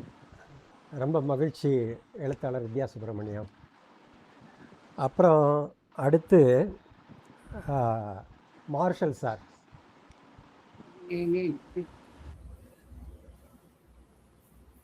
அனைவருக்கும் வணக்கம். மந்திரமூர்த்தி, உங்களுக்கு ரொம்ப நன்றி என்னை பேச சொன்னதற்கு. மாலன் அவர்களின் உண்மை நின்றிட வேண்டும் ஒரு அருமையான சுவாரஸ்யமாக எழுதப்பட்ட ஆராய்ச்சி கட்டுரைகள் கொண்ட ஒரு புத்தகம் என்று சொல்ல வேண்டும். அவ்வளவு தரவுகள், ஆவணங்கள் அலசப்பட்டிருக்கின்றன. ஒரு மிகப்பெரிய படைப்பு அது. வரலாற்றில் பிரபலமாக சொல்லப்படும் கதைகளை அப்படியே ஏற்றுக்கொள்ளாமல் மாலன் அவர்கள் அது ஒரு திறனாய்வு அணுகுமுறையை இங்கு கையாண்டிருக்கிறார். ஒரு புனைவாகவோ, வரலாற்றை ஒரு புனைவாகவோ அல்லது கற்பனை கதையாகவோ சித்தரிக்காமல் பல்வேறு ஆதாரங்களில் உள்ள முரண்பாடுகளை சுட்டிக்காட்டி வாசகர்களை கேள்விகளுடன் வரலாற்றை அணுக வைக்கிறார். பாரதியை எந்த பயமும் மற்றவராக காட்டாமல் களைப்படைந்த, குடும்பத்தை பற்றி கவலையுற்ற, மாறுவேடத்தில் வாழ வேண்டிய நிர்பந்தத்திற்கு ஆளான ஒரு சராசரி மனிதனாக காட்டுகிறார். டாக்டர் நஞ்சுண்டராவ், ராமன் நாயர் போன்ற வரலாற்றில் அதிகமாக அறியப்படாத மனிதர்களை வெளிச்சத்திற்கு கொண்டு வந்து பாரதியை காப்பாற்ற தங்கள் வாழ்க்கையே பணயம் வைத்த எளிய மனிதர்களின் துணிச்சலை இந்த பதிவு கௌரவிக்கிறது. வெறும் வரலாற்று வதந்திகளையோ அல்லது தனிநபர் நினைவு குறிப்புகளையோ மட்டும் நம்பாமல் சமகால நாளிதழ்கள், காப்பக கடிதங்கள் மற்றும் உத்தியோகபூர்வ ஆவணங்களை முதன்மை சான்றுகளாக பயன்படுத்தியுள்ளார். நிகழ்வுகள் நடைபெற்ற சரியான காலவரிசையை முறைப்படி வரிசைப்படுத்தி எந்த நிகழ்வு எதற்கு வழிவகுத்தது என்பதை தெளிவுபடுத்துகிறார். வரலாற்று ஆளுமைகளை மிதமிஞ்சி புகழ்ந்து புனிதர்களாக மாற்றாமல் அல்லது அரசியல் காரணங்களுக்காக அவர்களை தூற்றாமல் வரலாற்று சூழலுக்கு ஏற்ப அவர்களின் செயல்பாடுகளை நடுநிலைமையோடு அணுகியுள்ளார். அரவிந்தருக்கும் பாரதிக்கும் இடையே இருந்தது ஆசிரியர் மாணவர் உறவு அல்ல, மாறாக இரு அறிவு ஜீவிகளுக்கு இடையிலான பரஸ்பர உரையாடல் என்பதை நூலாசிரியர் நிலவுகிறார். ஆக்சுவலா பாரதியுடைய ஒரு பாடல் எடுத்துக்கொண்டா கூட அதுல ஒரு எளிய ஒரு சந்தம் நயமிக்க தமிழ், பாமரரும் புரிந்து கொள்ளக்கூடிய எளிய தமிழருக்கும் ஆவேசமான நேரடியான மக்கள் நடை அவருடையது. அவருடைய பாடல்கள் ஒரு இசை இருக்கும், நடனமும் இருக்கும். நாட்டுப்புறமெட்டு அல்லது வசன கவிதை, பெண் அடிமைத்தனத்தை எதிர்த்து போராடவும் விடுதலை தீயை மூட்டவும் அவருடைய எழுத்துக்கள் இருந்தன. அரவிந்தரை பொறுத்த வரைக்கும் உயர்தர ஆங்கிலம் அவருடைய எழுத்து, ஆழமான தியான நிலைக்கு அழைத்து செல்லும் அறிவுசார் நடை அவருடையது. ஆனால் இருவருக்கும் அரவிந்தர் மாணவ பருவத்தில் அரசியலில் ஈடுபட காரணம் ஷெல்லியின் ரிவோல்ட் ஆஃப் இஸ்லாம் என்ற கவிதை. பாரதியோ ஷெல்லியுடைய தாசன், இருவரும் கவிஞர்கள். இவர்களின் உரையாடல்களில் இலக்கியம் இடம்பெறாமல் இருந்திருக்குமோ என்று மாலர் குறிப்பிடுகின்றார். அதே போல பட்டினியால் வாடி மதிந்தார் என்ற மிகைப்படுத்தலின் நிராகரிப்பையும் இங்கு நாம் காண்கிறோம். பாரதியை கொண்டாடும் இந்த வேளையில் கற்பிதமான கதைகளை விளக்கி உண்மை ஆவணங்களின் வழியே அவரை புரிந்து கொள்வதே அவருக்கு நாம் செய்யும் உண்மையான மரியாதை என்பதே மாலன் இந்த புத்தகத்தில் இந்த பகுதியில் நிறுவும் முதன்மை செய்தியாகும். நன்றி. ரொம்ப மகிழ்ச்சி சார். மார்ஷல் சாரை பற்றி நான் ஒன்று சொல்லணும். அவர் எங்களுடைய தமிழ்நாட்டினுடைய சிஜிஎம்மாக தலைமை பொறியாளராக, தலைமை மேலாளராக இருந்தவர். தமிழிலே மிகுந்த ஆர்வமுடையவர். ஒரு நாவலை, அருமையான நாவலை எழுதியிருக்கிறார். திசைகள் இதழிலே எழுத்தாளர் மாலனுடன் பணி செய்திருக்கிறார். இந்த தொலைபேசி துறைக்கு இந்த துறையில் அதிகாரியாக வருவதற்கு முன்பாக பல சிறப்புகள் மார்ஷல் அவர்களுக்கு உண்டு. அவர்கள் இங்கே வந்து பங்கேற்றது ஒரு மிகப்பெரிய பெருமை என்று இந்த நேரத்தில் தெரிவித்துக் கொள்கிறேன். மிக்க நன்றி சார். மந்திரமூர்த்தி அவர்கள் ரொம்ப சரியா மாலனை அறிமுகப்படுத்தினாரு. 2 விஷயங்கள் சொல்லணும்னு நினைச்சேன். ஒன்று அவருக்கு மாலனுக்கான கிரெடிட்ஸ் இன்றைய தமிழ் செய்தி, தொலைக்காட்சி செய்திக்கு ஒரு அடிப்படையான ஒரு ஃபார்மட் தந்தது அவர் தான் நினைக்கிறேன். அது ஓரளவுக்கு இன்று வரைக்கும் அவருடைய ஃபார்மட் தான் ஃபார்ம் ஆகிட்டு இருக்குங்கிறது ஒன்று. 2வது, சினிமா பற்றிய எந்த ஒரு கவலையும் இல்லாமல் ஒரு பத்திரிகையை தமிழில் நடத்த முடியும்னு நிரூபித்தவர் அவர். 2 விஷயம். இந்த புத்தகத்தை பற்றி முக்கியமான விஷயம் அவர் சொல்றது, அவர் ஆய்வாளராக ஏற்றுக்கொள்ளப்படுவாரா இல்லையா அப்படிங்கிற ஒரு சந்தேகத்தை அவர் சொன்னது சரியில்லைன்னு நினைக்கிறேன். ஏன்னா பாரதி பற்றி மட்டும் இல்லை, மற்ற எல்லா விஷயங்களை பற்றியும் அகடமிக் லெவலுக்கு பின்னால் நிறைய பேர் அதை எடுத்து நடத்தியிருக்காங்க. நம்ம ரா பத்மநாபன், பேசு மணி, இவன் இளசை மணியன், இந்தியா இதழை முதல்ல கல்கத்தாவிலேருந்து கொண்டு அதை தொகுத்து வெளியிட்ட இளசை மணியன் போன்று பலரும் அகடமிக்லேருந்து வந்தவங்க இல்லை. எல்லாரும் பாரதியார் மேலே உள்ள அன்பினால் ஆய்வு செய்தவர்கள். அவை முக்கியமான ஆய்வுகள். ஆச்சரியமான விஷயம் என்னன்னா, இதுவரைக்கும் நம்ம பாரதி 17 வருஷம் அவர் ஆக்டிவா இருந்திருக்காரு. அவரோட இருந்தவர்கள் பலரும் எழுத்தாளர்கள், கவிஞர்கள், இது மாதிரி எல்லாத்தையும் பதிவு பண்ணக்கூடியவர்கள். வாரா ஒரு பயோகிராஃபியா எழுதியிருக்காரு. இருந்தாலும் அவரை பற்றிய செய்திகள் முழுமையா இன்னமும் பதிவு பண்ணப்படலை. அதுக்கு இன்னும் தேவை இருக்கு அப்படிங்கிறதே ஒரு ஆச்சரியமான விஷயம். அந்த ஒரு இடைவெளியை மாலன் ரொம்ப அழகா நிறைவு பண்ணியிருக்காருங்கிறது முக்கியமான விஷயம். ரெண்டாவது, அந்த விதத்தில் இது பாராட்டத்தக்க ஒரு முயற்சி மட்டும் இல்லை, முக்கியமான ஒரு முயற்சி. பாரதியாரை பற்றி ஒவ்வொரு வருடமும் அவர் வாழ்க்கையில் என்ன நடந்தது அப்படிங்கிற மாதிரி ஒரு பயோகிராஃபி இன்னமும் தேவைப்படுது. சீனி விஸ்வநாதன் போன்றவர்கள் பண்ண பெருமுயற்சிக்கு பின்னாலேயும் அதுக்கு ஒரு தேவை இருக்குங்கிறது நம்முடைய போதாமையை காட்டுறது. அந்த போதாமையை மிக சரியா அது பல வதந்திகளை அல்லது தவறாக புரிந்து கொள்ளப்பட்ட விஷயங்களை இவர் சரி பண்ணியிருக்காருங்கிறத விதத்துல இது பாரதியலுக்கு மிக மிக முக்கியமான பங்களிப்பு அப்படின்னு நினைக்கிறேன். வாழ்த்துக்கள், நன்றி. ரொம்ப மகிழ்ச்சி சார். உங்களது வருகைக்கும் வாழ்த்துக்கும் நன்றி. வேற நண்பர்கள்?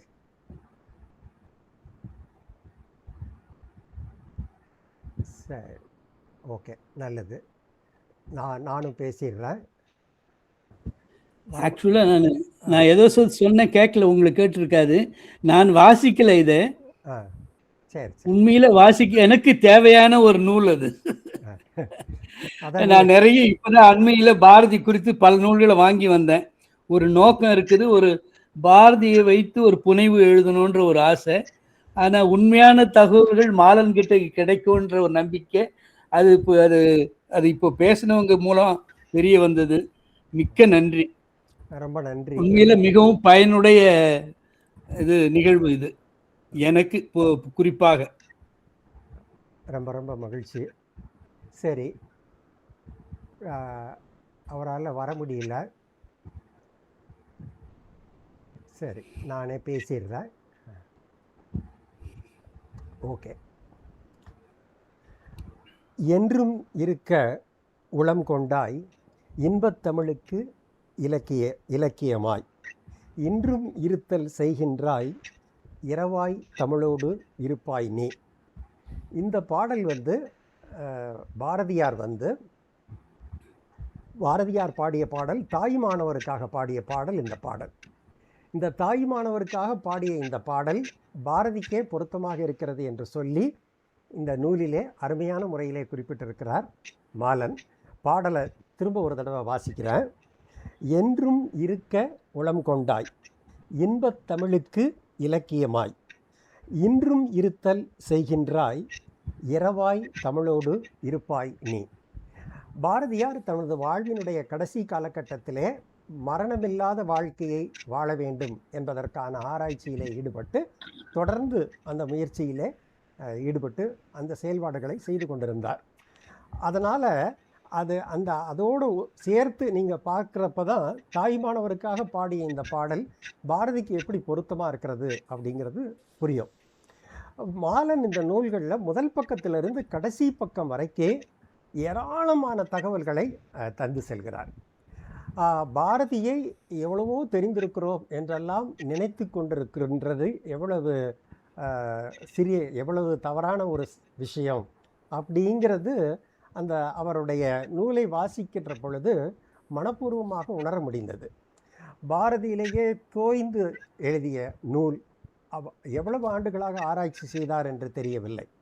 இதுவரை பாரதியை பற்றி வந்திருக்கின்ற அவ்வளவு ஆய்வு நூல்களையும் வாசித்திருக்கின்றார். தனது நூலை ஒரு 20 புத்தகங்களுக்கும் மேலாக பாரதியை குறித்து ஆய்வு நூலை எழுதிய சீனி விஸ்வநாதன் அவர்களுக்கு தனது ஆய்வு நூலை அர்ப்பணம் செய்திருக்கின்றார். யார் யாரையெல்லாம் இந்த நூலுக்காக அவர் வாசித்திருக்கிறார் என்ற பட்டியல் மிகவும் பெரியதாக இருக்கிறது. இவர்களுக்குள் ஏன் முற்றிலும் முரணான விஷயங்கள் இருக்கின்றன என்பதற்கான காரணங்களையும் சொல்லுகிறார். செல்லம்மாள் பாரதி சொல்லுகின்ற செய்தியாக இருந்தாலும் சரி, இல்லை என்றால் அவருடைய தம்பி விஸ்வநாதன் சொல்லுகின்ற செய்தியாக இருந்தாலும் சரி, தோமுசி ரகுநாதன் சொல்லுகின்ற செய்தியாக இருந்தாலும் சரி, இதை போல வாரா சொல்லுகின்ற செய்தியாக இருந்தாலும் சரி, ஏன் இவர்களுக்குள்ளே முரண்கள் இருந்தன? அவரவர்கள் பாரதியை எந்த நோக்கிலே பார்த்தார்கள்? பாரதியை குறித்து எழுதப்பட்ட வரலாறுகள் எல்லாமே 20 ஆண்டுகள், பாரதி மறைந்ததற்கு பின்னாலே 20 ஆண்டுகள் கழித்து எழுதப்பட்டவை. அதனாலே ஒரு நட்படிப்படையிலோ இல்லை என்றால் பாரதி அந்த காலத்திலே அந்த 20 வருட காலத்திற்குள் அனைவருக்கும் தமிழ்நாடு முழுவதற்கும் தெரிந்த ஒரு கவிஞராகிவிட்டார். அதனாலே அவரவர்களுக்குள் இருந்த நெருக்கம் பாரதியை இயல்பாக காண்பிப்பதை விட சற்று மிகையாக காண்பிக்க வேண்டும் என்றோ, இல்லை என்றால் அவரை குறித்து அடக்கமாக சொல்ல வேண்டும் என்றோ இந்த வரலாறுகளிலே சில முரண்கள் தென்பட்டன அப்படிங்கிறத மிகவும் அருமையான முறையிலே மாலன் தன்னுடைய நூலிலே குறிப்பிடுகிறார். பாரதியை பற்றி ரொம்ப அழகான ஒரு வரியை சொல்றார். மொழிக்கும் இலக்கியத்திற்கும் ஒளியும் உயிரும் தந்தவன் பாரதி அப்படி என்று. அதே போல பாரதி 16 வயதினிலே தனது தந்தையை இழக்கிறார் 1898. அதற்கு பிறகு அவரது அத்தை அழைத்து செல்கிறார் காசிக்கு. அந்த அழைத்து சென்ற ஆண்டு 1998 என்கிற செய்தி இருக்கிறது, 99, 1900, 1901, இப்படி ஒவ்வொருவரும் ஒவ்வொரு செய்தியை சொல்லுகிறார்கள். இதையெல்லாம் எல்லா செய்திகளுமே யார் யார் என்னவெல்லாம் சொல்லியிருக்கிறார்கள் அப்படிங்கிறதையெல்லாம் சொல்லுகிறார். நாவலர் சோமசுந்தர பாரதி என்ன சொல்லியிருக்கிறார் என்பதையெல்லாம் சொல்லுகிறார். ஆனால் பாரதி எப்படி இருந்தாலும் 3-4 ஆண்டுகள் காசியிலே இருப்பதற்கான எல்லா விதமான சாத்தியக்கூறுகளும் இருந்திருக்கின்றன என்ற செய்தியையும் சொல்லுகிறார். பாரதி தன்னடக்கத்தின் காரணமாக அவர் தன்னை பற்றிய செய்திகளை தன்னுடைய படைப்புகளிலே எங்கும் பெரிதாக அவர் எழுதவில்லை என்பதையும் மாலன் சொல்லுகிறார். அவர் தன்னுடைய சிறு பிராயத்தை 16 வயது வாழ்க்கை குறித்து மட்டும் ஒரு சுயசரிதம் சொல்லியிருக்கிறார். அதிலும் கூட குறைந்த அளவிலே பாடல்கள் இருக்கின்றன. ஆனால் தந்தை இறந்ததற்கு பின்னாலே அவர் மருகி நின்ற காலத்தை குறித்தும், வறுமையினால் அவர் சோர்ந்திருந்த காலத்தை குறித்தும், அவருக்கு வழிகாட்டவோ ஆதரிக்கவோ யாரும் இல்லை என்பதையும் பாரதி அவர் தனது பாடலிலே பதிவு செய்திருக்கிறார். அதற்கு பின்னாலே காசியிலே நடந்த சம்பவங்களை குறித்த வரலாறுகள் யாராலுமே சரியாக பதிவு செய்யப்படவில்லை. செல்லம்மாள் பாரதி 1-2 செய்திகளை குறிப்பிடுகிறார். பாரதி தன்னுடைய வாலிப பிராயத்தினாலும் சுதந்திரமான மன ஓட்டத்தின் காரணமாகவும் அவர் கடவுள் நம்பிக்கை அற்றவராக இருந்தார் என்ற செய்தியை செல்லம்மாள் பாரதியின் மூலமாகவே நாம் தெரிந்து கொள்ள முடிகிறது. அது ஒரு முக்கியமான விஷயம். அப்பேற்பட்ட பாரதி எப்படி ஆத்திகம் பக்கம் திரும்பினார், அதற்கு எவ்வாறு விவேகானந்தருடைய படைப்புகள் துணையாக இருந்தன அப்படிங்கிற செய்தியையும் மாலன் தனது நூலிலே பதிவு செய்கிறார். மாண்டேயர், அந்த மாண்டியா குடும்பத்தைச் சேர்ந்த திருமலாச்சாரியார் அவர்களுடைய குடும்பமானது அதற்கு மாக்கோ அவர்களின் மூலமாக எவ்வாறு துணை நின்றது அப்படிங்கிற செய்தியையும் இந்த நூலிலே குறிப்பிடுகிறார் மாலன். பலவிதமான ஆராய்ச்சிகள் சுப்பிரமணிய ஐயர் அவர் சுதேசமித்திரன் பத்திரிகையிலே பாரதியை ஆசிரியராக கொண்டு நடத்தினார் அப்படிங்கிறத படிக்கிறோம். அவரும் படைப்புகளை சில எழுதியவர் தான். அவர் இந்து பத்திரிகையை ஆரம்பித்ததிலும் சுப்பிரமணிய ஐயருக்கு பங்கு உண்டு. அவர் ஒரு மிதவாதி. இந்த அளவிலே அவரை பற்ற குறிப்புகளை நிறுத்தி விடுகிறோம். ஆனால் அது சரிதானா? வரலாற்றிலே சுப்பிரமணிய ஐயருக்கு எவ்வளவு பெரிய பங்கு உண்டு என்பதை மிகவும் ஆழமாக பதிவு செய்திருக்கிறார் மாலன். அவருக்கு எவ்வளவு தூரம் சமூக சீர்திருத்தத்தில் கருத்துக்களிலே சமூக சீர்திருத்தம் செய்ய வேண்டும், எளிய மக்கள் வாழ்க்கையிலே முன்னேற வேண்டும் என்பதிலே அவருக்கு இருந்த அக்கறை, எவ்வளவு அக்கறை, தனது சொந்த குடும்பத்திலே அதையெல்லாம் எப்படியெல்லாம் அமுல்படுத்தினார், பாரதிக்கு எப்படி சுப்பிரமணிய ஐயர் ஒரு சிறந்த தந்தையாக இருந்து வழிகாட்டினார். 49 வயது சுப்பிரமணிய ஐயருக்கு இருக்கின்ற பொழுது வயது வித்தியாசங்கள் அவர்கள் இருவருக்கும் இடையிலே இருந்த வித்தியாசம் 33 வருடங்கள் என்று நினைக்கிறேன். அந்த அளவிற்கு வித்தியாசம் இருந்த நிலையிலே பாரதியை அவர் எப்படி வழிகாட்டி நடத்தி சென்றார் அப்படிங்கிறத குறித்த செய்திகள் எல்லாம் மிகவும் அருமையான கருத்துக்கள். அதே போல் நிவேதிதா தேவியை சந்திப்பதற்கு முன்னாலேயே பாரதி பெண்களை மதிக்கின்ற, பெண்களை குறித்து பாடுகின்ற பாடல்களை எல்லாம் எழுதியிருக்கிறார். நிவேதிதா மூலம் மட்டுமே அவர் இவையெல்லாம் அறிந்து கொண்டதாக சொல்லப்படுகின்ற செய்திகளில் உண்மை கிடையாது என்பதையெல்லாம் குறிப்பிடுகிறார். அரவிந்தரை பற்றி பாரதி எழுதிய செய்திகள் இருக்கின்றன, ஆனால் அரவிந்தர் ஏன் எழுதவில்லை அப்படிங்கிற செய்திகளை எல்லாம் குறிப்பிட்டு செல்கிறார். அதே போல அன்னி பெசன்ட் அம்மையாரையும் ஜே.கே. அவர்களையும் குறித்து பாரதி ஒரு விதமான கிண்டலுடன் கருத்துக்களை சொல்லியிருக்கிறார். ஆனால் 1918 தமிழ் மண்ணிலே கால் வைத்தவுடன் அவர் சிறையிலிருந்து வெளிவருவதற்கு உதவியாக இருந்தவர் அன்னி பெசன்ட் என்ற வரலாற்று செய்தியையும், அவர் அக்கறையுடன் அதற்காக பாடுபட்டார் என்பதையும் இந்த நூலிலே குறிப்பிட்டிருக்கிறார் எழுத்தாளர் மாலன். இதிலே முக்கியமான செய்தி, அந்த 5 ஆண்டுகளில் பாரதிக்கு என்னவெல்லாம் காசியிலே நடந்திருக்கலாம் அப்படிங்கிற, அவர் அங்கே புழுவாக சென்றவர், எப்படி வண்ணத்து பூச்சியாக கூட இல்லை, அவர் புலியாக மாறுவதற்கு அவருக்கு அந்த 5 வருட காசி வாழ்க்கை தான் துணை செய்திருக்கின்றது.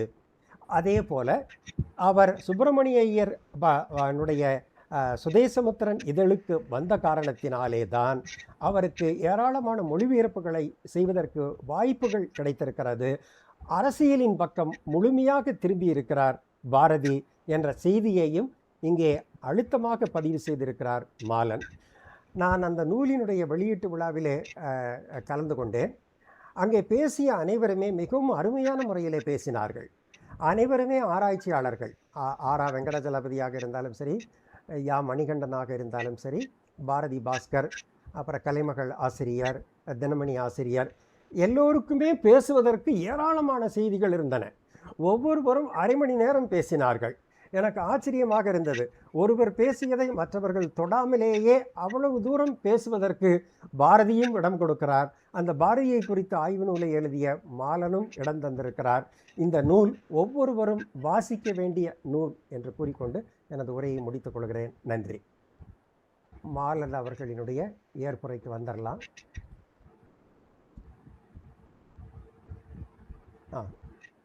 சார், முதல்ல மந்திரமூர்த்திக்கும் மற்ற எல்லா நண்பர்களுக்கும் என்னுடைய பணிவான வணக்கம். மந்திரமூர்த்தி செய்வது ஒரு பெரிய வேலை. ஒரு காலத்தில் 70களில் நாங்கள்லாம் எழுத வந்த காலங்களில் நாங்கள் வாரந்தோறும் அல்லது இன்னும் சொல்லப்போனால் அன்றாடம் செய்து கொண்டிருந்த ஒரு வேலை. அதற்கு பிறகு அடுத்து வந்த தலைமுறையினால் அது பெரிதாக எடுத்துக்கொள்ளப்படாமல் அப்படியே போய்விட்டது. என்ன பண்ணுவோன்னா, ஒரு 4 பேர் 3 பேர் 5 பேர் உட்காந்து அவங்க படித்த புஸ்தகத்தை பற்றி பேசுவோம். அந்த படித்த புஸ்தகத்தில் இருந்த கருத்துக்களை பற்றி பேசுவோம். அந்த கருத்துக்களில் முரண்படுற இடங்களை பற்றி பேசுவோம். அந்த முரண்பாடுகள் சரியானதானா அல்லது வெறும் அனுமானத்தின் பேரில் செய்யப்படுகிறதா என்பதை பற்றி பேசுவோம். இது இலக்கியம் என்றுதான் முதன்மையாக இருக்கும். அதனால் அதை ஒட்டி சினிமா பற்றி பேசுவோம், அரசியலை பற்றி பேசுவோம். சினிமாங்கிறது வேற ஒரு சினிமா, அதை பற்றி பேசுவோம். அந்த மாதிரிலாம் இருக்கும். அதில் இருந்த திருச்சியில் ஒரு அமைப்பு, ஒரு சிறு பத்திரிகை வந்தது இன்றுன்னு. ராஜாராம் இங்கே இருக்காருன்னு நினைக்கிறேன், இருந்தாருன்னா அவருக்கு அது தெரிஞ்சிருக்கும். அவர்லாம் அதில் பங்கு பெற்றவர். ஒரு வீட்டு மொட்டை மாடியில் உட்காந்து, சுவாமிநாதன்கிறவரோட வீட்டு மொட்டை மாடியில் உட்காந்து பேசுவோம். இப்போ என்ன நடக்குதுன்னா, என்ன புஸ்தகம் வருதுங்கிறதே தெரியாமல் போட்டேன். எனக்கு, மற்றவங்களுக்கு சொல்லலை. நான் என்ன புஸ்தகம் வருது, என்ன புஸ்தகம் படிக்கிறது, என்ன புஸ்தகம் படிக்காமல் படித்தே ஆக வேண்டிய புத்தகங்கள் என்ன, படிக்கிறதை தவிர்க்க வேண்டிய புத்தகங்கள் என்ன, ஒன்றும் புரியல. பாரதியார் சொன்ன மாதிரி ஒரு திக்கு தெரியாத காட்டில் இருக்கிற மாதிரி இருக்கு. அந்த மாதிரியான ஒரு காலகட்டத்தில் மந்திரமூர்த்தி அழகு இதை போன்ற ஒரு நிகழ்ச்சியை ஏற்பாடு செய்து புத்தகங்களை பற்றி அறிமுகப்படுத்தி அதில் அதை பற்றிய ஒரு கருத்துக்கள் விவாதங்களை செய்வது என்பது ரொம்ப வரவேற்க தகுந்த ஒன்றாக இருக்கு. அதற்கு நான் தனிப்பட்ட முறையில் நன்றி கடன் பட்டிருக்கிறேன். இரண்டாவது, இந்த புத்தகத்தை விவாதத்துக்கு எடுத்துக்கொண்டது என்பது இன்னும் ஒரு பெரிய மகிழ்ச்சி தரக்கூடிய ஒரு விஷயமாக இருக்கு. பொதுவாக புனைகதைகளை எடுத்துக்கிறாங்க, கவிதைகளை கூட எடுத்துக்கிறாங்க. இது வந்து அந்த மாதிரியான ஒரு வகையில் வராத ஒரு ஒரு புத்தகம். பாரதியாரை பற்றி இன்றைக்கு 2 விதமான அபிப்பிராயங்கள் இருக்கு. பாரதியார்னு பேர் தெரியும், அவர் ஏதோ கவிதை எழுதினார் தெரியும், அவர் கவிதையில் இருக்கிற ஒரு 4-5 வரிகள் மேற்கோள் காட்ட முடியும், அவ்வளோதான், அது போதும். இன்னைக்கு எதுக்கு பாரதியார் என்கின்ற ஒரு கேள்வி ஒரு சாரார்த்தம் இருக்கு. இன்னொன்று, அங்கேருந்து எவ்வளோ தூரம் நடந்து வந்துட்டோம், இன்னும் எதுக்கு அவரை பற்றி பேசணும் அப்படிங்கிற ஒரு அபிப்பிராயங்கள் இருக்கு. அந்த மாதிரிலாம் இருக்கு. அதனால இந்த நூலை வந்து அதற்கு இவ்வளோ பெரிய வரவேற்பு, இவ்வளோ பெரிய இது கிடைக்கும் என்று நான் நினைக்கிறேன். இங்கே மட்டும் இல்லை, பல பல இடங்கள்ல அந்த நூலை பற்றி பேசினாங்க. நானும் வந்து எனக்கு 5 வயசுல என்னுடைய அம்மா பாரதியார் அறிமுகப்படுத்தி வச்சாங்க. அதுக்கப்புறம் நான் பாரதியாரை சீரியஸாக படிக்க ஆரம்பிச்சது ஒரு 14-15 வயசுல இருந்து தான் சொல்ல முடியும். ஆனால் எனக்கு இன்னமும் அவர் மேலே இருக்கிற பிரமிப்பு, ஆச்சரியம் போகலை. அவர் செய்த பல விஷயங்கள் இன்றைக்கும் அதை யாராலும் மீற முடியாமல் இருக்கு என்று தான் நான் நினைக்கிறேன். தமிழினுடைய முதல் நவீன சிறுகதை எழுதியவர் பாரதியார். சிறுகதைகளில் பின்பற்றக்கூடிய இன்றைக்கு பேசக்கூடிய பல உத்திகள், மேஜிக்கல் ரியலிசம் மாதிரியான பல உத்திகளை தன்னோட காலத்தில் வந்து செய்து பார்த்தவர் பாரதியார். மொழிபெயர்ப்புகள், அவர் பத்திரிகை துறையில் செய்த வேலைகள் வந்து சாதாரண வேலை இல்லை. முதல்ல அவர் தான் தமிழ் பத்திரிகைகளில், தென்னிந்திய பத்திரிகைகளில் கார்ட்டூனை அறிமுகப்படுத்தியவர். அன்னைக்கு கார்ட்டூன் போடுவதெல்லாம் அவ்வளோ எளிதான ஒரு காரியம் இல்லை. இன்றைக்கு இருப்பதை போல ஒரு விஷுவல் இரால நம்ம அன்னைக்கு இல்லை. அன்னைக்கு இந்த ஆஃப் டவுன்னு சொல்லக்கூடிய இந்த பிளாக் பண்ணுற விஷயம் கூட வரல. அப்போ நமக்கு வந்துட்டு என்னன்ட்டு கட்டையில தான் செதுக்கணும். படத்தை செதுக்கும்போது மிரர் இமேஜ் மாதிரி செதுக்கணும். ஏன்னா அப்போ தான் அட்டையில் போய் பேப்பரில் போய் உட்காரும்போது அது சரியான இமேஜாக வரும். அது வந்துட்டு அதை வாரம் ஒரு ஆள் பண்ணிட்டு இருந்திருக்காரு அப்படிங்கிறதெல்லாம் பார்த்து யோசிக்கும்போது அவர் பண்ண வேலைகள், சிட்டிசன் ஜேர்னலிசம் அவர் தான் அறிமுகப்படுத்தினார். அதுக்கப்புறம் அவர் வந்து பல சொற்களை தமிழுக்கு கொடுத்தாரு. பட்ஜெட்னு இன்னைக்கு வரவு செலவு அறிக்கைன்னு, வரவு செலவு திட்டம்னு நம்ம எழுதுகிறோம். பாரதியார் வரவு செலவு கணக்குன்னு எழுதினார். அந்த வார்த்தையை தான் இன்னமும் நம்ம பயன்படுத்திட்டு இருக்கோம். அந்த மாதிரி ஒரு பல விஷயங்கள் அவர் பண்ணிவிட்டு போனது, இத்தனையும் 17 வருஷத்துல பண்ணிவிட்டு போனாருங்கிற அந்த பிரமிப்பு வந்து எனக்கு நினைக்க அடங்காத ஒரு பிரமிப்பு.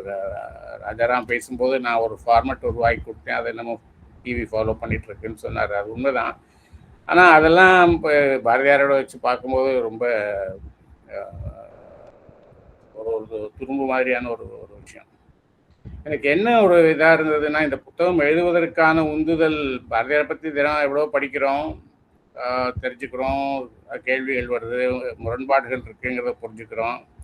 சரி, பெரியவங்க எழுதினது அதில் வந்து குறை சொல்லிட்டு இருக்கக்கூடாது, அவங்க எழுதின என்ன கஷ்டப்பட்ட காலத்தில் எப்படின்னா, ஏன்னா இப்போ தூரன்லாம் பண்ணது பெரிய வேலை. தூரன் வந்து சுதேசமித்திரன் அலுவலகத்துக்கு போய் கேட்குறார். தூரன் பிரசிடென்சி காலேஜ் ஸ்டூடெண்ட்டாக இருக்கும்போது பாரதியாருடைய படைப்புகளை எல்லாம் கொண்டு வரணும் அப்படின்னு நினைக்கிறார். உரைநடையில் பாரதியார் என்ன பண்ணாருன்னு பார்க்கணும் அப்படின்னு நினைக்கிறாரு. அதுக்காக சுதேசமித்திரன் ஆஃபீஸில் போய் கேட்குறாரு. அவங்க என்ன சொல்கிறாங்க, ஒரு ரூமை கை காமிச்சு அந்த இருப்பார், அந்த ரெக்கார்ட் ரூம் இருப்பார், அதுக்குள்ளே தான் பழைய பேப்பர்லாம் போட்டு வச்சுருக்கோம், நீ போய் பார்த்து உட்காந்து எழுதிறதுன்னா எழுதிக்க, எங்களுக்கு வேற ஆள் கிடையாது எடுத்து கொடுக்குறதுக்கெல்லாம் சொல்கிறாங்க. வந்து தூரன் அங்கே போய் உட்காந்து தான் எழுதுறாரு. அதை எழுதுறதுக்கு மேஜை கீதை எதுவும் கிடையாது. ஒரு நியூஸ் பேப்பர் கட்டை தூக்கி வச்சுட்டு அதில் பேப்பரை வச்சுட்டு அந்த பாரதியார் எழுதினதா பார்த்து வரி விடாமல், வார்த்தை விடாமல் காப்பி பண்ணி எழுதுறாரு. அந்த நிழகாலம் அந்த தூசியில் வேலை செஞ்சதனுடைய விளைவு கடைசியில் தூரனுக்கு ஆஸ்மா வந்து கஷ்டப்பட்டாரு. அந்த மாதிரிலாம் வேலை செஞ்சுருக்காங்க பாரதியாருக்கு. அதெல்லாம் பார்க்கும்போது நம்ம செய்கிறது, இன்னைக்கு புத்தகம் கிடைக்குது, இன்டர்நெட் கிடைக்குது, ஒரு இடத்துக்கு தேடி போய் புத்தகத்தை அங்கே இருக்கிற டாக்குமெண்ட்டை பார்க்க முடியுது.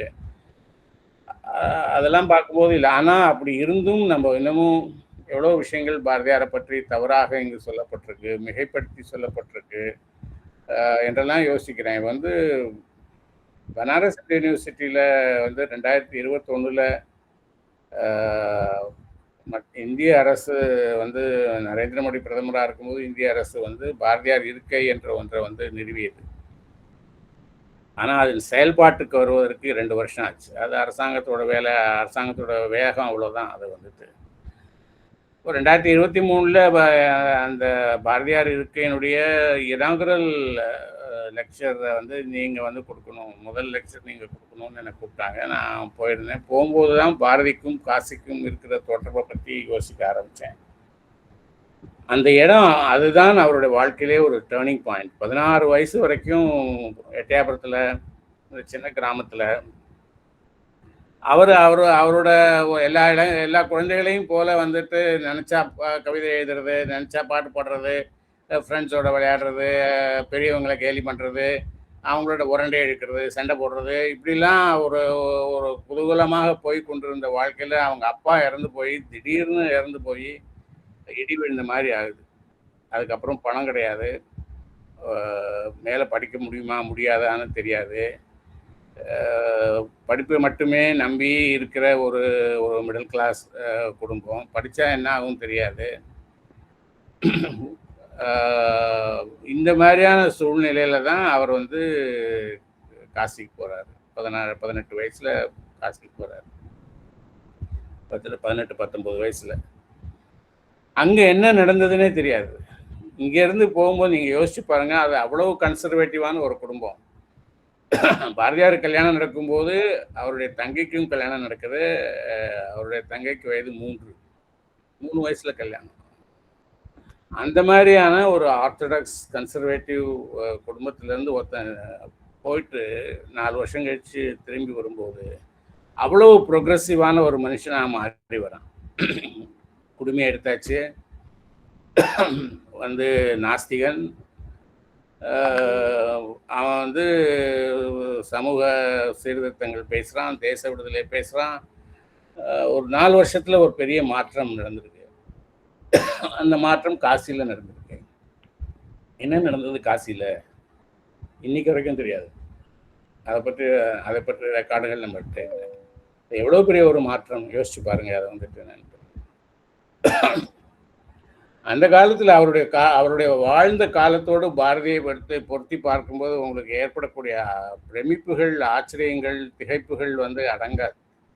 அன்றைக்கு தமிழ் படித்தவர்கள் தமிழ் ஆசிரியர்களாக போவது என்பதுதான் ஒரு மரபாக இருந்தது. ஏன்னா அவங்களுக்கு கிடைக்கக்கூடிய ஒரு கௌரவமான ஒரு வேலை. இல்லைன்னா ராஜாட்ட அவரை பாடி அரசவை புலவராக இருந்து பிழைக்கணும். அப்படிதான் ஒரு காலகட்டம் இருந்தது. ஆனால் அவன் வந்து அரசவை புலவராக இருந்து தமிழாசிரியராக ஆகி அதை விட்டு பத்திரிகை துறைக்கு வேலைக்கு வரான். பத்திரிகை துறை என்பது அப்போதுதான் முதல்ல அரும்பி இருக்கிறது. பாரதியார் வார்த்தையில் சொன்னால் எழுந்து கண்ணை கசக்கிட்டு அப்போதான் உட்காந்துருக்கு. அது வந்து தமிழனுடைய முதல் நாளிதழ், தமிழுடைய முதல் பத்திரிகை, அதில் போய் சேர்றான் பாரதியார் வந்து ஒரு இதாக வந்து. ஆனால் எதுக்காக போய் சேர்றாரு? அவருடைய கவிதைக்காக போய் சேரல. அவர் கவிஞன் என்று நிரூபிக்கப்பட்டு பாரதி என்று பட்டம் வாங்கியாச்சு. அதுக்காக போய் சேரல. அவர் கதை எழுதுவதற்காக போய் சேரல. ஜி சுப்பிரமணியருக்கு ஆங்கில பத்திரிகைகள் போல தமிழ் தினசரிகளை நடத்த வேண்டும் என்று ஒரு ஆசை இருந்தது. அதுக்கு தேவை ஒரு அடிப்படையான மொழிபெயர்ப்பு வேண்டியிருந்தது. ராய்டர்ஸ்லேருந்து அந்த தந்தின்னு சொல்கிறோமே அந்த செய்திகள் வருது, அதை தமிழில் மொழிபெயர்த்து பண்ண வேண்டியதாக இருந்தது. அதை மொழிபெயர்ப்பதற்கு ஒருவனுக்கு இந்திய அரசியலை பற்றிய ஒரு ஞானம் இருக்க வேண்டும். மொழியை பற்றிய ஒரு 2 மொழி, சோர்ஸ் லாங்குவேஜ், டார்கெட் லாங்குவேஜ், ஆங்கிலம் தமிழ் 2 பற்றியும் ஒரு இது இருக்க வேண்டும். அந்த வேலையை விரைவாக செய்து கொடுக்கக்கூடியவனாக ஒருத்தர் இருக்க வேண்டும். அப்படிங்கும்போது இவரை வந்து அங்கே கொண்டு போகிற போது அது காசியில் எப்படி ஒரு ஜன்னல் திறந்ததுன்னா இங்கே வந்து பெரிய ஒரு கதவு திறந்தது. ஒரு பெரிய வேறொரு உலகத்துக்கு போகக்கூடியவராக பாரதியார் வந்து ஆனார். ஆனால் இந்த ஜேர்னி எதுவுமே வந்து பார்த்தீங்கன்னா அவர் வந்து காசிக்கு போனது, பத்திரிகையில் வேலைக்கு போனது, பத்திரிகை வேலையில் இருக்கும்போது கைது செய்யப்படுவோம் என்கின்ற ஒரு சூழ்நிலையில் தப்பிச்சு புதுச்சேரிக்கு போனது, புதுச்சேரியில் பத்திரிகை நடத்தினது, புதுச்சேரியில் பத்திரிகை நடத்தியதற்கு பிறகு அங்கே பத்திரிகைகள் எல்லாம் நின்று போனதற்கு பிறகு வேற இலக்கிய படைப்புகளில் பாஞ்சாலி சபதம், குயில் பாட்டு மாதிரி இலக்கிய படைப்புகளுக்கு போனது, அங்கே அரவிந்தரை சந்தித்தது, அவரோட நடந்த உரையாடல்கள், விவாதங்கள், சண்டைகள். அதற்கு பிறகு அங்கேருந்து வெளியில் வரும்போது அரெஸ்ட் பண்ணப்பட்டு ஜெயிலுக்கு போனது, ஜெயிலிருந்து மீண்டு சென்னைக்கு கடையத்துக்கு போனது, கடையத்துலேருந்து சென்னைக்கு வந்தது, எதுவுமே ஒரு பிளான்டு ஒரு ஜேர்னி கிடையாது. அவரோட career was not at all plant. அது இந்த கலியன் பூங்குன்னு சொல்கிற மாதிரி நீர்வழிப்படும் புனை போல தண்ணியில் அடிச்சிட்டு போகிற கட்டையை போல தான் அவர் போனார். ஆனால் அதுக்குள்ளே இவ்வளோ வேலைகளையும் அவரால் செய்தாருங்கிறது ஒரு பெரிய விஷயம். ஆனால் இந்த ரெடில்ஸ் எல்லாம் இந்த புதிர்களெல்லாம் நம்ம விடுவிக்க வேண்டும் என்கின்ற ஒரு தாகம் எனக்கு இருந்தது. இதற்காக பாரதியை எப்போவுமே படிச்சுட்டு இருக்கேன். ஆனால் இதுக்காக பாரதியை பற்றி படிக்க வேண்டியது நிறையா படிக்க இருந்தது. இன்னமும் என்னோட வேலை முடிவு பெற்று விட்டதாக நான் நினைக்கல. அந்த காசியில் என்ன நடந்தது என்பதை கண்டறிவதை ஒரு வேலையாக வைத்துக் கொண்டிருக்கேன். அது பற்றி விசாரிக்கிறேன். அதை பற்றி நான் அந்த இடத்துக்கு போய் பார்த்தேன். காசியில் அவர் இருந்த வீட்டுக்கு போய் பார்த்தேன். அவருடைய அத்தையோட மகன்கிட்ட பேசினேன். அங்கே அவங்க அந்த வீட்டுக்குள்ளே அவர் வாழ்ந்த வாழ்க்கையை பற்றி சொன்னாங்க. வீட்டுக்கு வெளியில் என்ன நடந்ததுன்னு அவங்களுக்கு தெரியல. அவர் படித்த காலேஜ்னு சொல்கிறாங்க. அந்த காலேஜுக்கு போய் பார்த்தேன். இப்போ அந்த காலேஜ் இல்லை, அங்கே ஒரு பெரிய கிரிக்கெட் கிரவுண்ட் இருக்குது. அங்கே இருந்த பழைய காலத்து ஆளுங்கிட்ட பேசினா, ஒரு 70, 80, 100 வயசு இருக்கிறவங்ககிட்ட பேசினா பாரதியை பற்றி அவங்களுக்கு ஒன்றும் தெரியல. அன்னி பெசன்ட்டோட தியாசபிள் சொசைட்டியோட இந்திய தலைமையகம் காசியில் இருந்தது. சென்னையில் இருப்பது international head quarters. National head quarters காசியில் இருந்தது. அங்கே ஒரு பெரிய லைப்ரரி இடமும் இருக்குது. அந்த லைப்ரரி அங்கே போய் பார்த்தேன். ஆனால் ஒன்றும் ஒரு பெரிய தடயங்கள் எதுவும் கிடைக்கல. அந்த பகுதியை என்னைக்காவது கண்டுபிடிக்கணும்னு ஒரு ஆசை இருக்குது. அது கடவுள் நமக்கு எனக்கு செய்தி சொன்னார்னா அது கிடைக்கும். இல்லைன்னா அப்படியே வேற யாராவது இன்னொரு தலைமுறை அதை அந்த வேலையை செய்யும். பேசினவங்க எல்லாரும் ரொம்ப நல்லா பேசினாங்க. ரொம்ப இன்வால்மெண்ட்டோட, ரொம்ப என் மேல இருக்கிற அக்கறை, பாரதி மேல இருக்கிற அக்கறை, இந்த நூலை பற்றின ஒரு அன்பயஸ்டு வியூஸை கொடுத்தாங்க. அதுவே ரொம்ப ஒரு மகிழ்ச்சியாக இருக்கு. இதில் இன்னைக்கு வந்திருக்கிறவங்க எல்லாரும் இது சாதாரணமான ஆட்கள் இல்லைன்னா, இந்த கூட்டத்துக்கு மந்திரமூர்த்தியினுடைய கூட்டத்திற்கு முன்பும் சில முறை வந்திருக்கேன். ஆனால் இந்த முறை வந்திருக்கிறவங்க பெரிய நபர்கள். திணை ஆசிரியர் ராஜாராம், மார்ஷல், உஷா, பெங்களூர்லேருந்து உஷா, முத்துர்லாண்டிலாம் அவர் பெரிய பாரதி ஸ்காலர். அவர் பாரதியாரை பற்றி அவர் ஒரு தினமணியில் தொடர்ந்து கட்டுரைகள் எழுதக்கூடியவர். பாட்டிடை வைத்த குறிப்பினானும்னு ஒரு தொல்காப்பிய சூத்திரம் உண்டு. தமிழில் உரைநடை எங்கெல்லாம் வந்தது என்பதற்கு தொல்காப்பியம் சொல்கிற ஒரு சூத்திரம் பாட்டிடை வைத்த குறிப்பினானும் என்று ஆரம்பிக்கும். அந்த தலைப்பை பயன்படுத்தி பாரதியாருடைய சிறுகதைகளை வைத்து அவர் அதை ஒரு நூல் கூட கொண்டு வந்திருக்காரு. அந்த மாதிரி பெரிய ஸ்காலர்ஸ், பாரதியை பற்றி அறிந்த ஸ்காலர்ஸு, யார் பேராவது விட்டுருந்தா மன்னிக்கணும். அவங்கெல்லாம் இந்த புஸ்தகத்தை பற்றி பேசினதை கேட்டாங்க. அப்படிங்கிறதே ஒரு மகிழ்ச்சி தரக்கூடிய ஒரு விஷயமாக இருக்குது. தொடர்ந்து படிப்போம், தொடர்ந்து பாரதியாரை படிப்போம். ஏன்னா எனக்கு தெரிந்து இவ்வளோ வருஷம் வந்துட்டோம். ஆனால் இன்னும் அவரை மீறி நம்மால் எதுவும் செய்ய முடியலைங்கிறது தான் நான் நினைக்கிறேன்.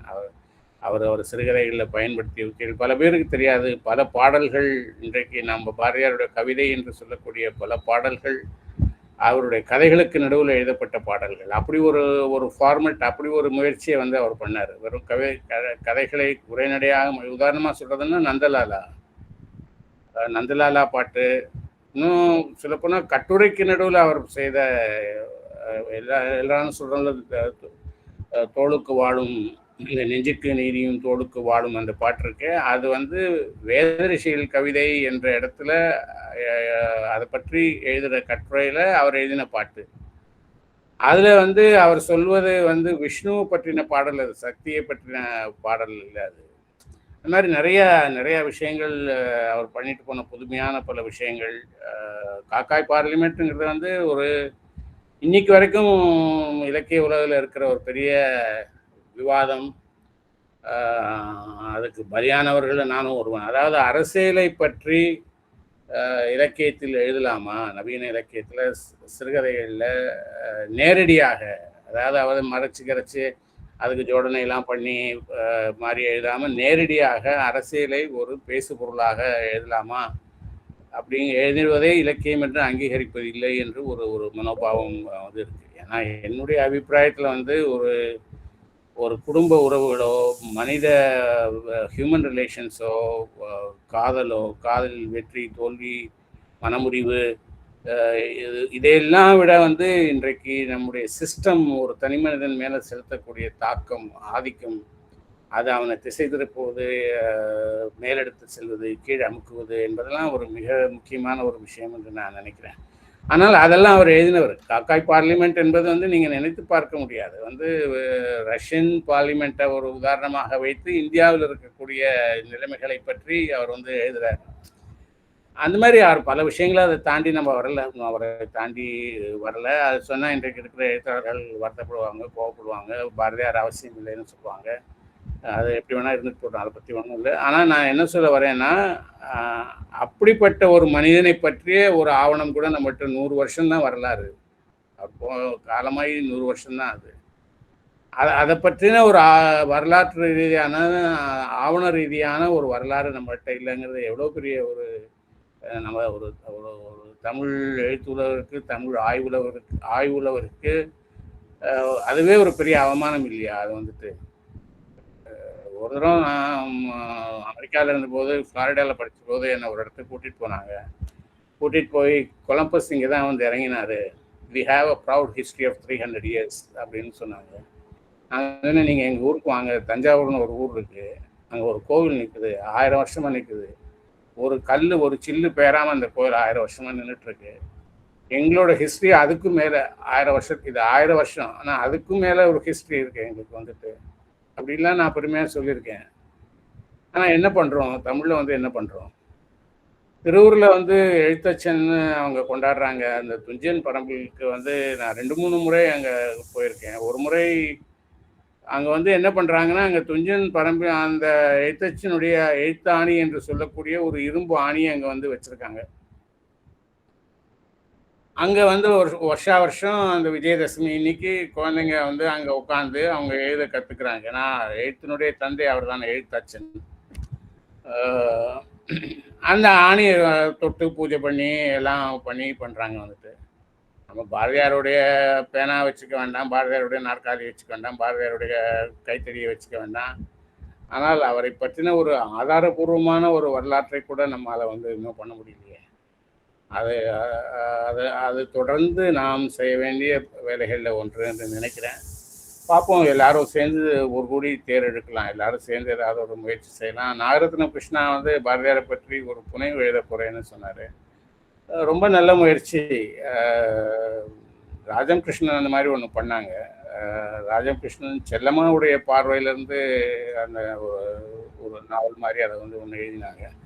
அதுக்கு அவங்க பண்ண பெரிய தப்பு, அவங்க வந்து கொடுத்த தலைப்பு பாஞ்சாலி சபதம் பாடிய பாரதி அப்படின்னு தலைப்பு கொடுத்து அந்த நாவலை எழுதினாங்க.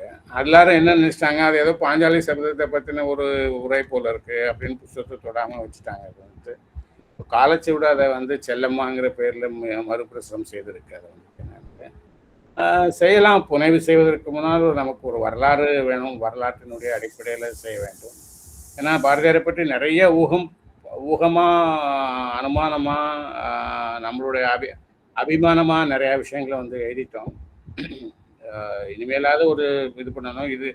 அதற்கு இது வந்து ஒரு பெரிய டார்ச் லைட் இல்லை, இது ஒரு தீக்குச்சி.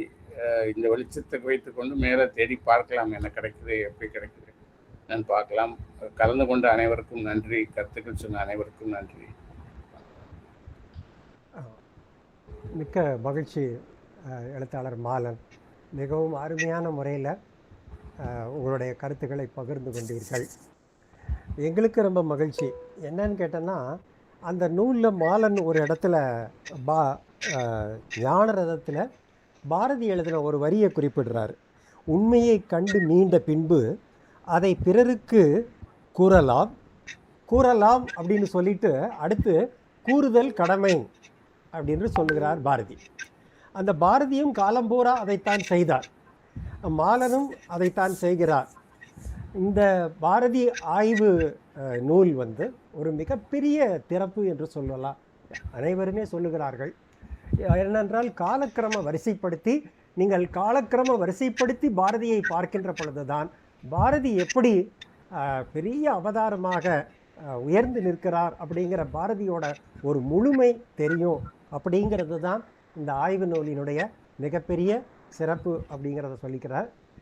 அப்புறம் எழுத்தாளர் அகிலா ஜோல்லா அவர்கள் மிகச் சிறப்பான முறையிலே நூலை குறித்த உரையை ஆற்றினார். தொடர்ந்து எழுத்தாளர்கள் கருணாதித்தன், வித்யா சுப்பிரமணியன், ராஜாராம், ராயச்செல்லப்பா எல்லோருமே பாரதியாரை குறித்த தங்களுடைய கருத்துக்களை இந்த நூலின் வழி நின்று பகிர்ந்து கொண்டார்கள். அவர்களுக்கும் நன்றியை தெரிவித்துக் கொள்கிறோம். அதே போல் உரையாற்றிய அகிலா ஜோல்லாவுக்கும் நன்றி. இந்த நூலை குறித்து உரையாற்ற எங்களது விருப்பத்தை தெரிவித்த பொழுது மாலன் அவர்கள் மனப்பூர்வமாக சம்மதித்து இந்த நிகழ்வுக்கு வருகை தந்தார்கள். வருகை தந்ததுடன் இதை தொடர்ந்து நடத்துவதற்கு தேவையான வாழ்த்துறைகளை எல்லாம் அதிக அளவிலேயே வழங்கினார். அது குழுவை தொடர்ந்து நடத்தி செல்வதற்கு உற்சாகமாகவும் ஊக்கமாகவும் இருக்கும் என்று அடக்கமாக தெரிவித்துக் கொள்கிறோம். பங்கேற்ற நண்பர்களுக்கு ஒரு மிகப்பெரிய நன்றியும் வணக்கமும். தொடர்ந்து அனைவரையும் இதே போல திரளாக வருகை தந்து சிறப்பிக்க வேண்டுகிறேன். நன்றி.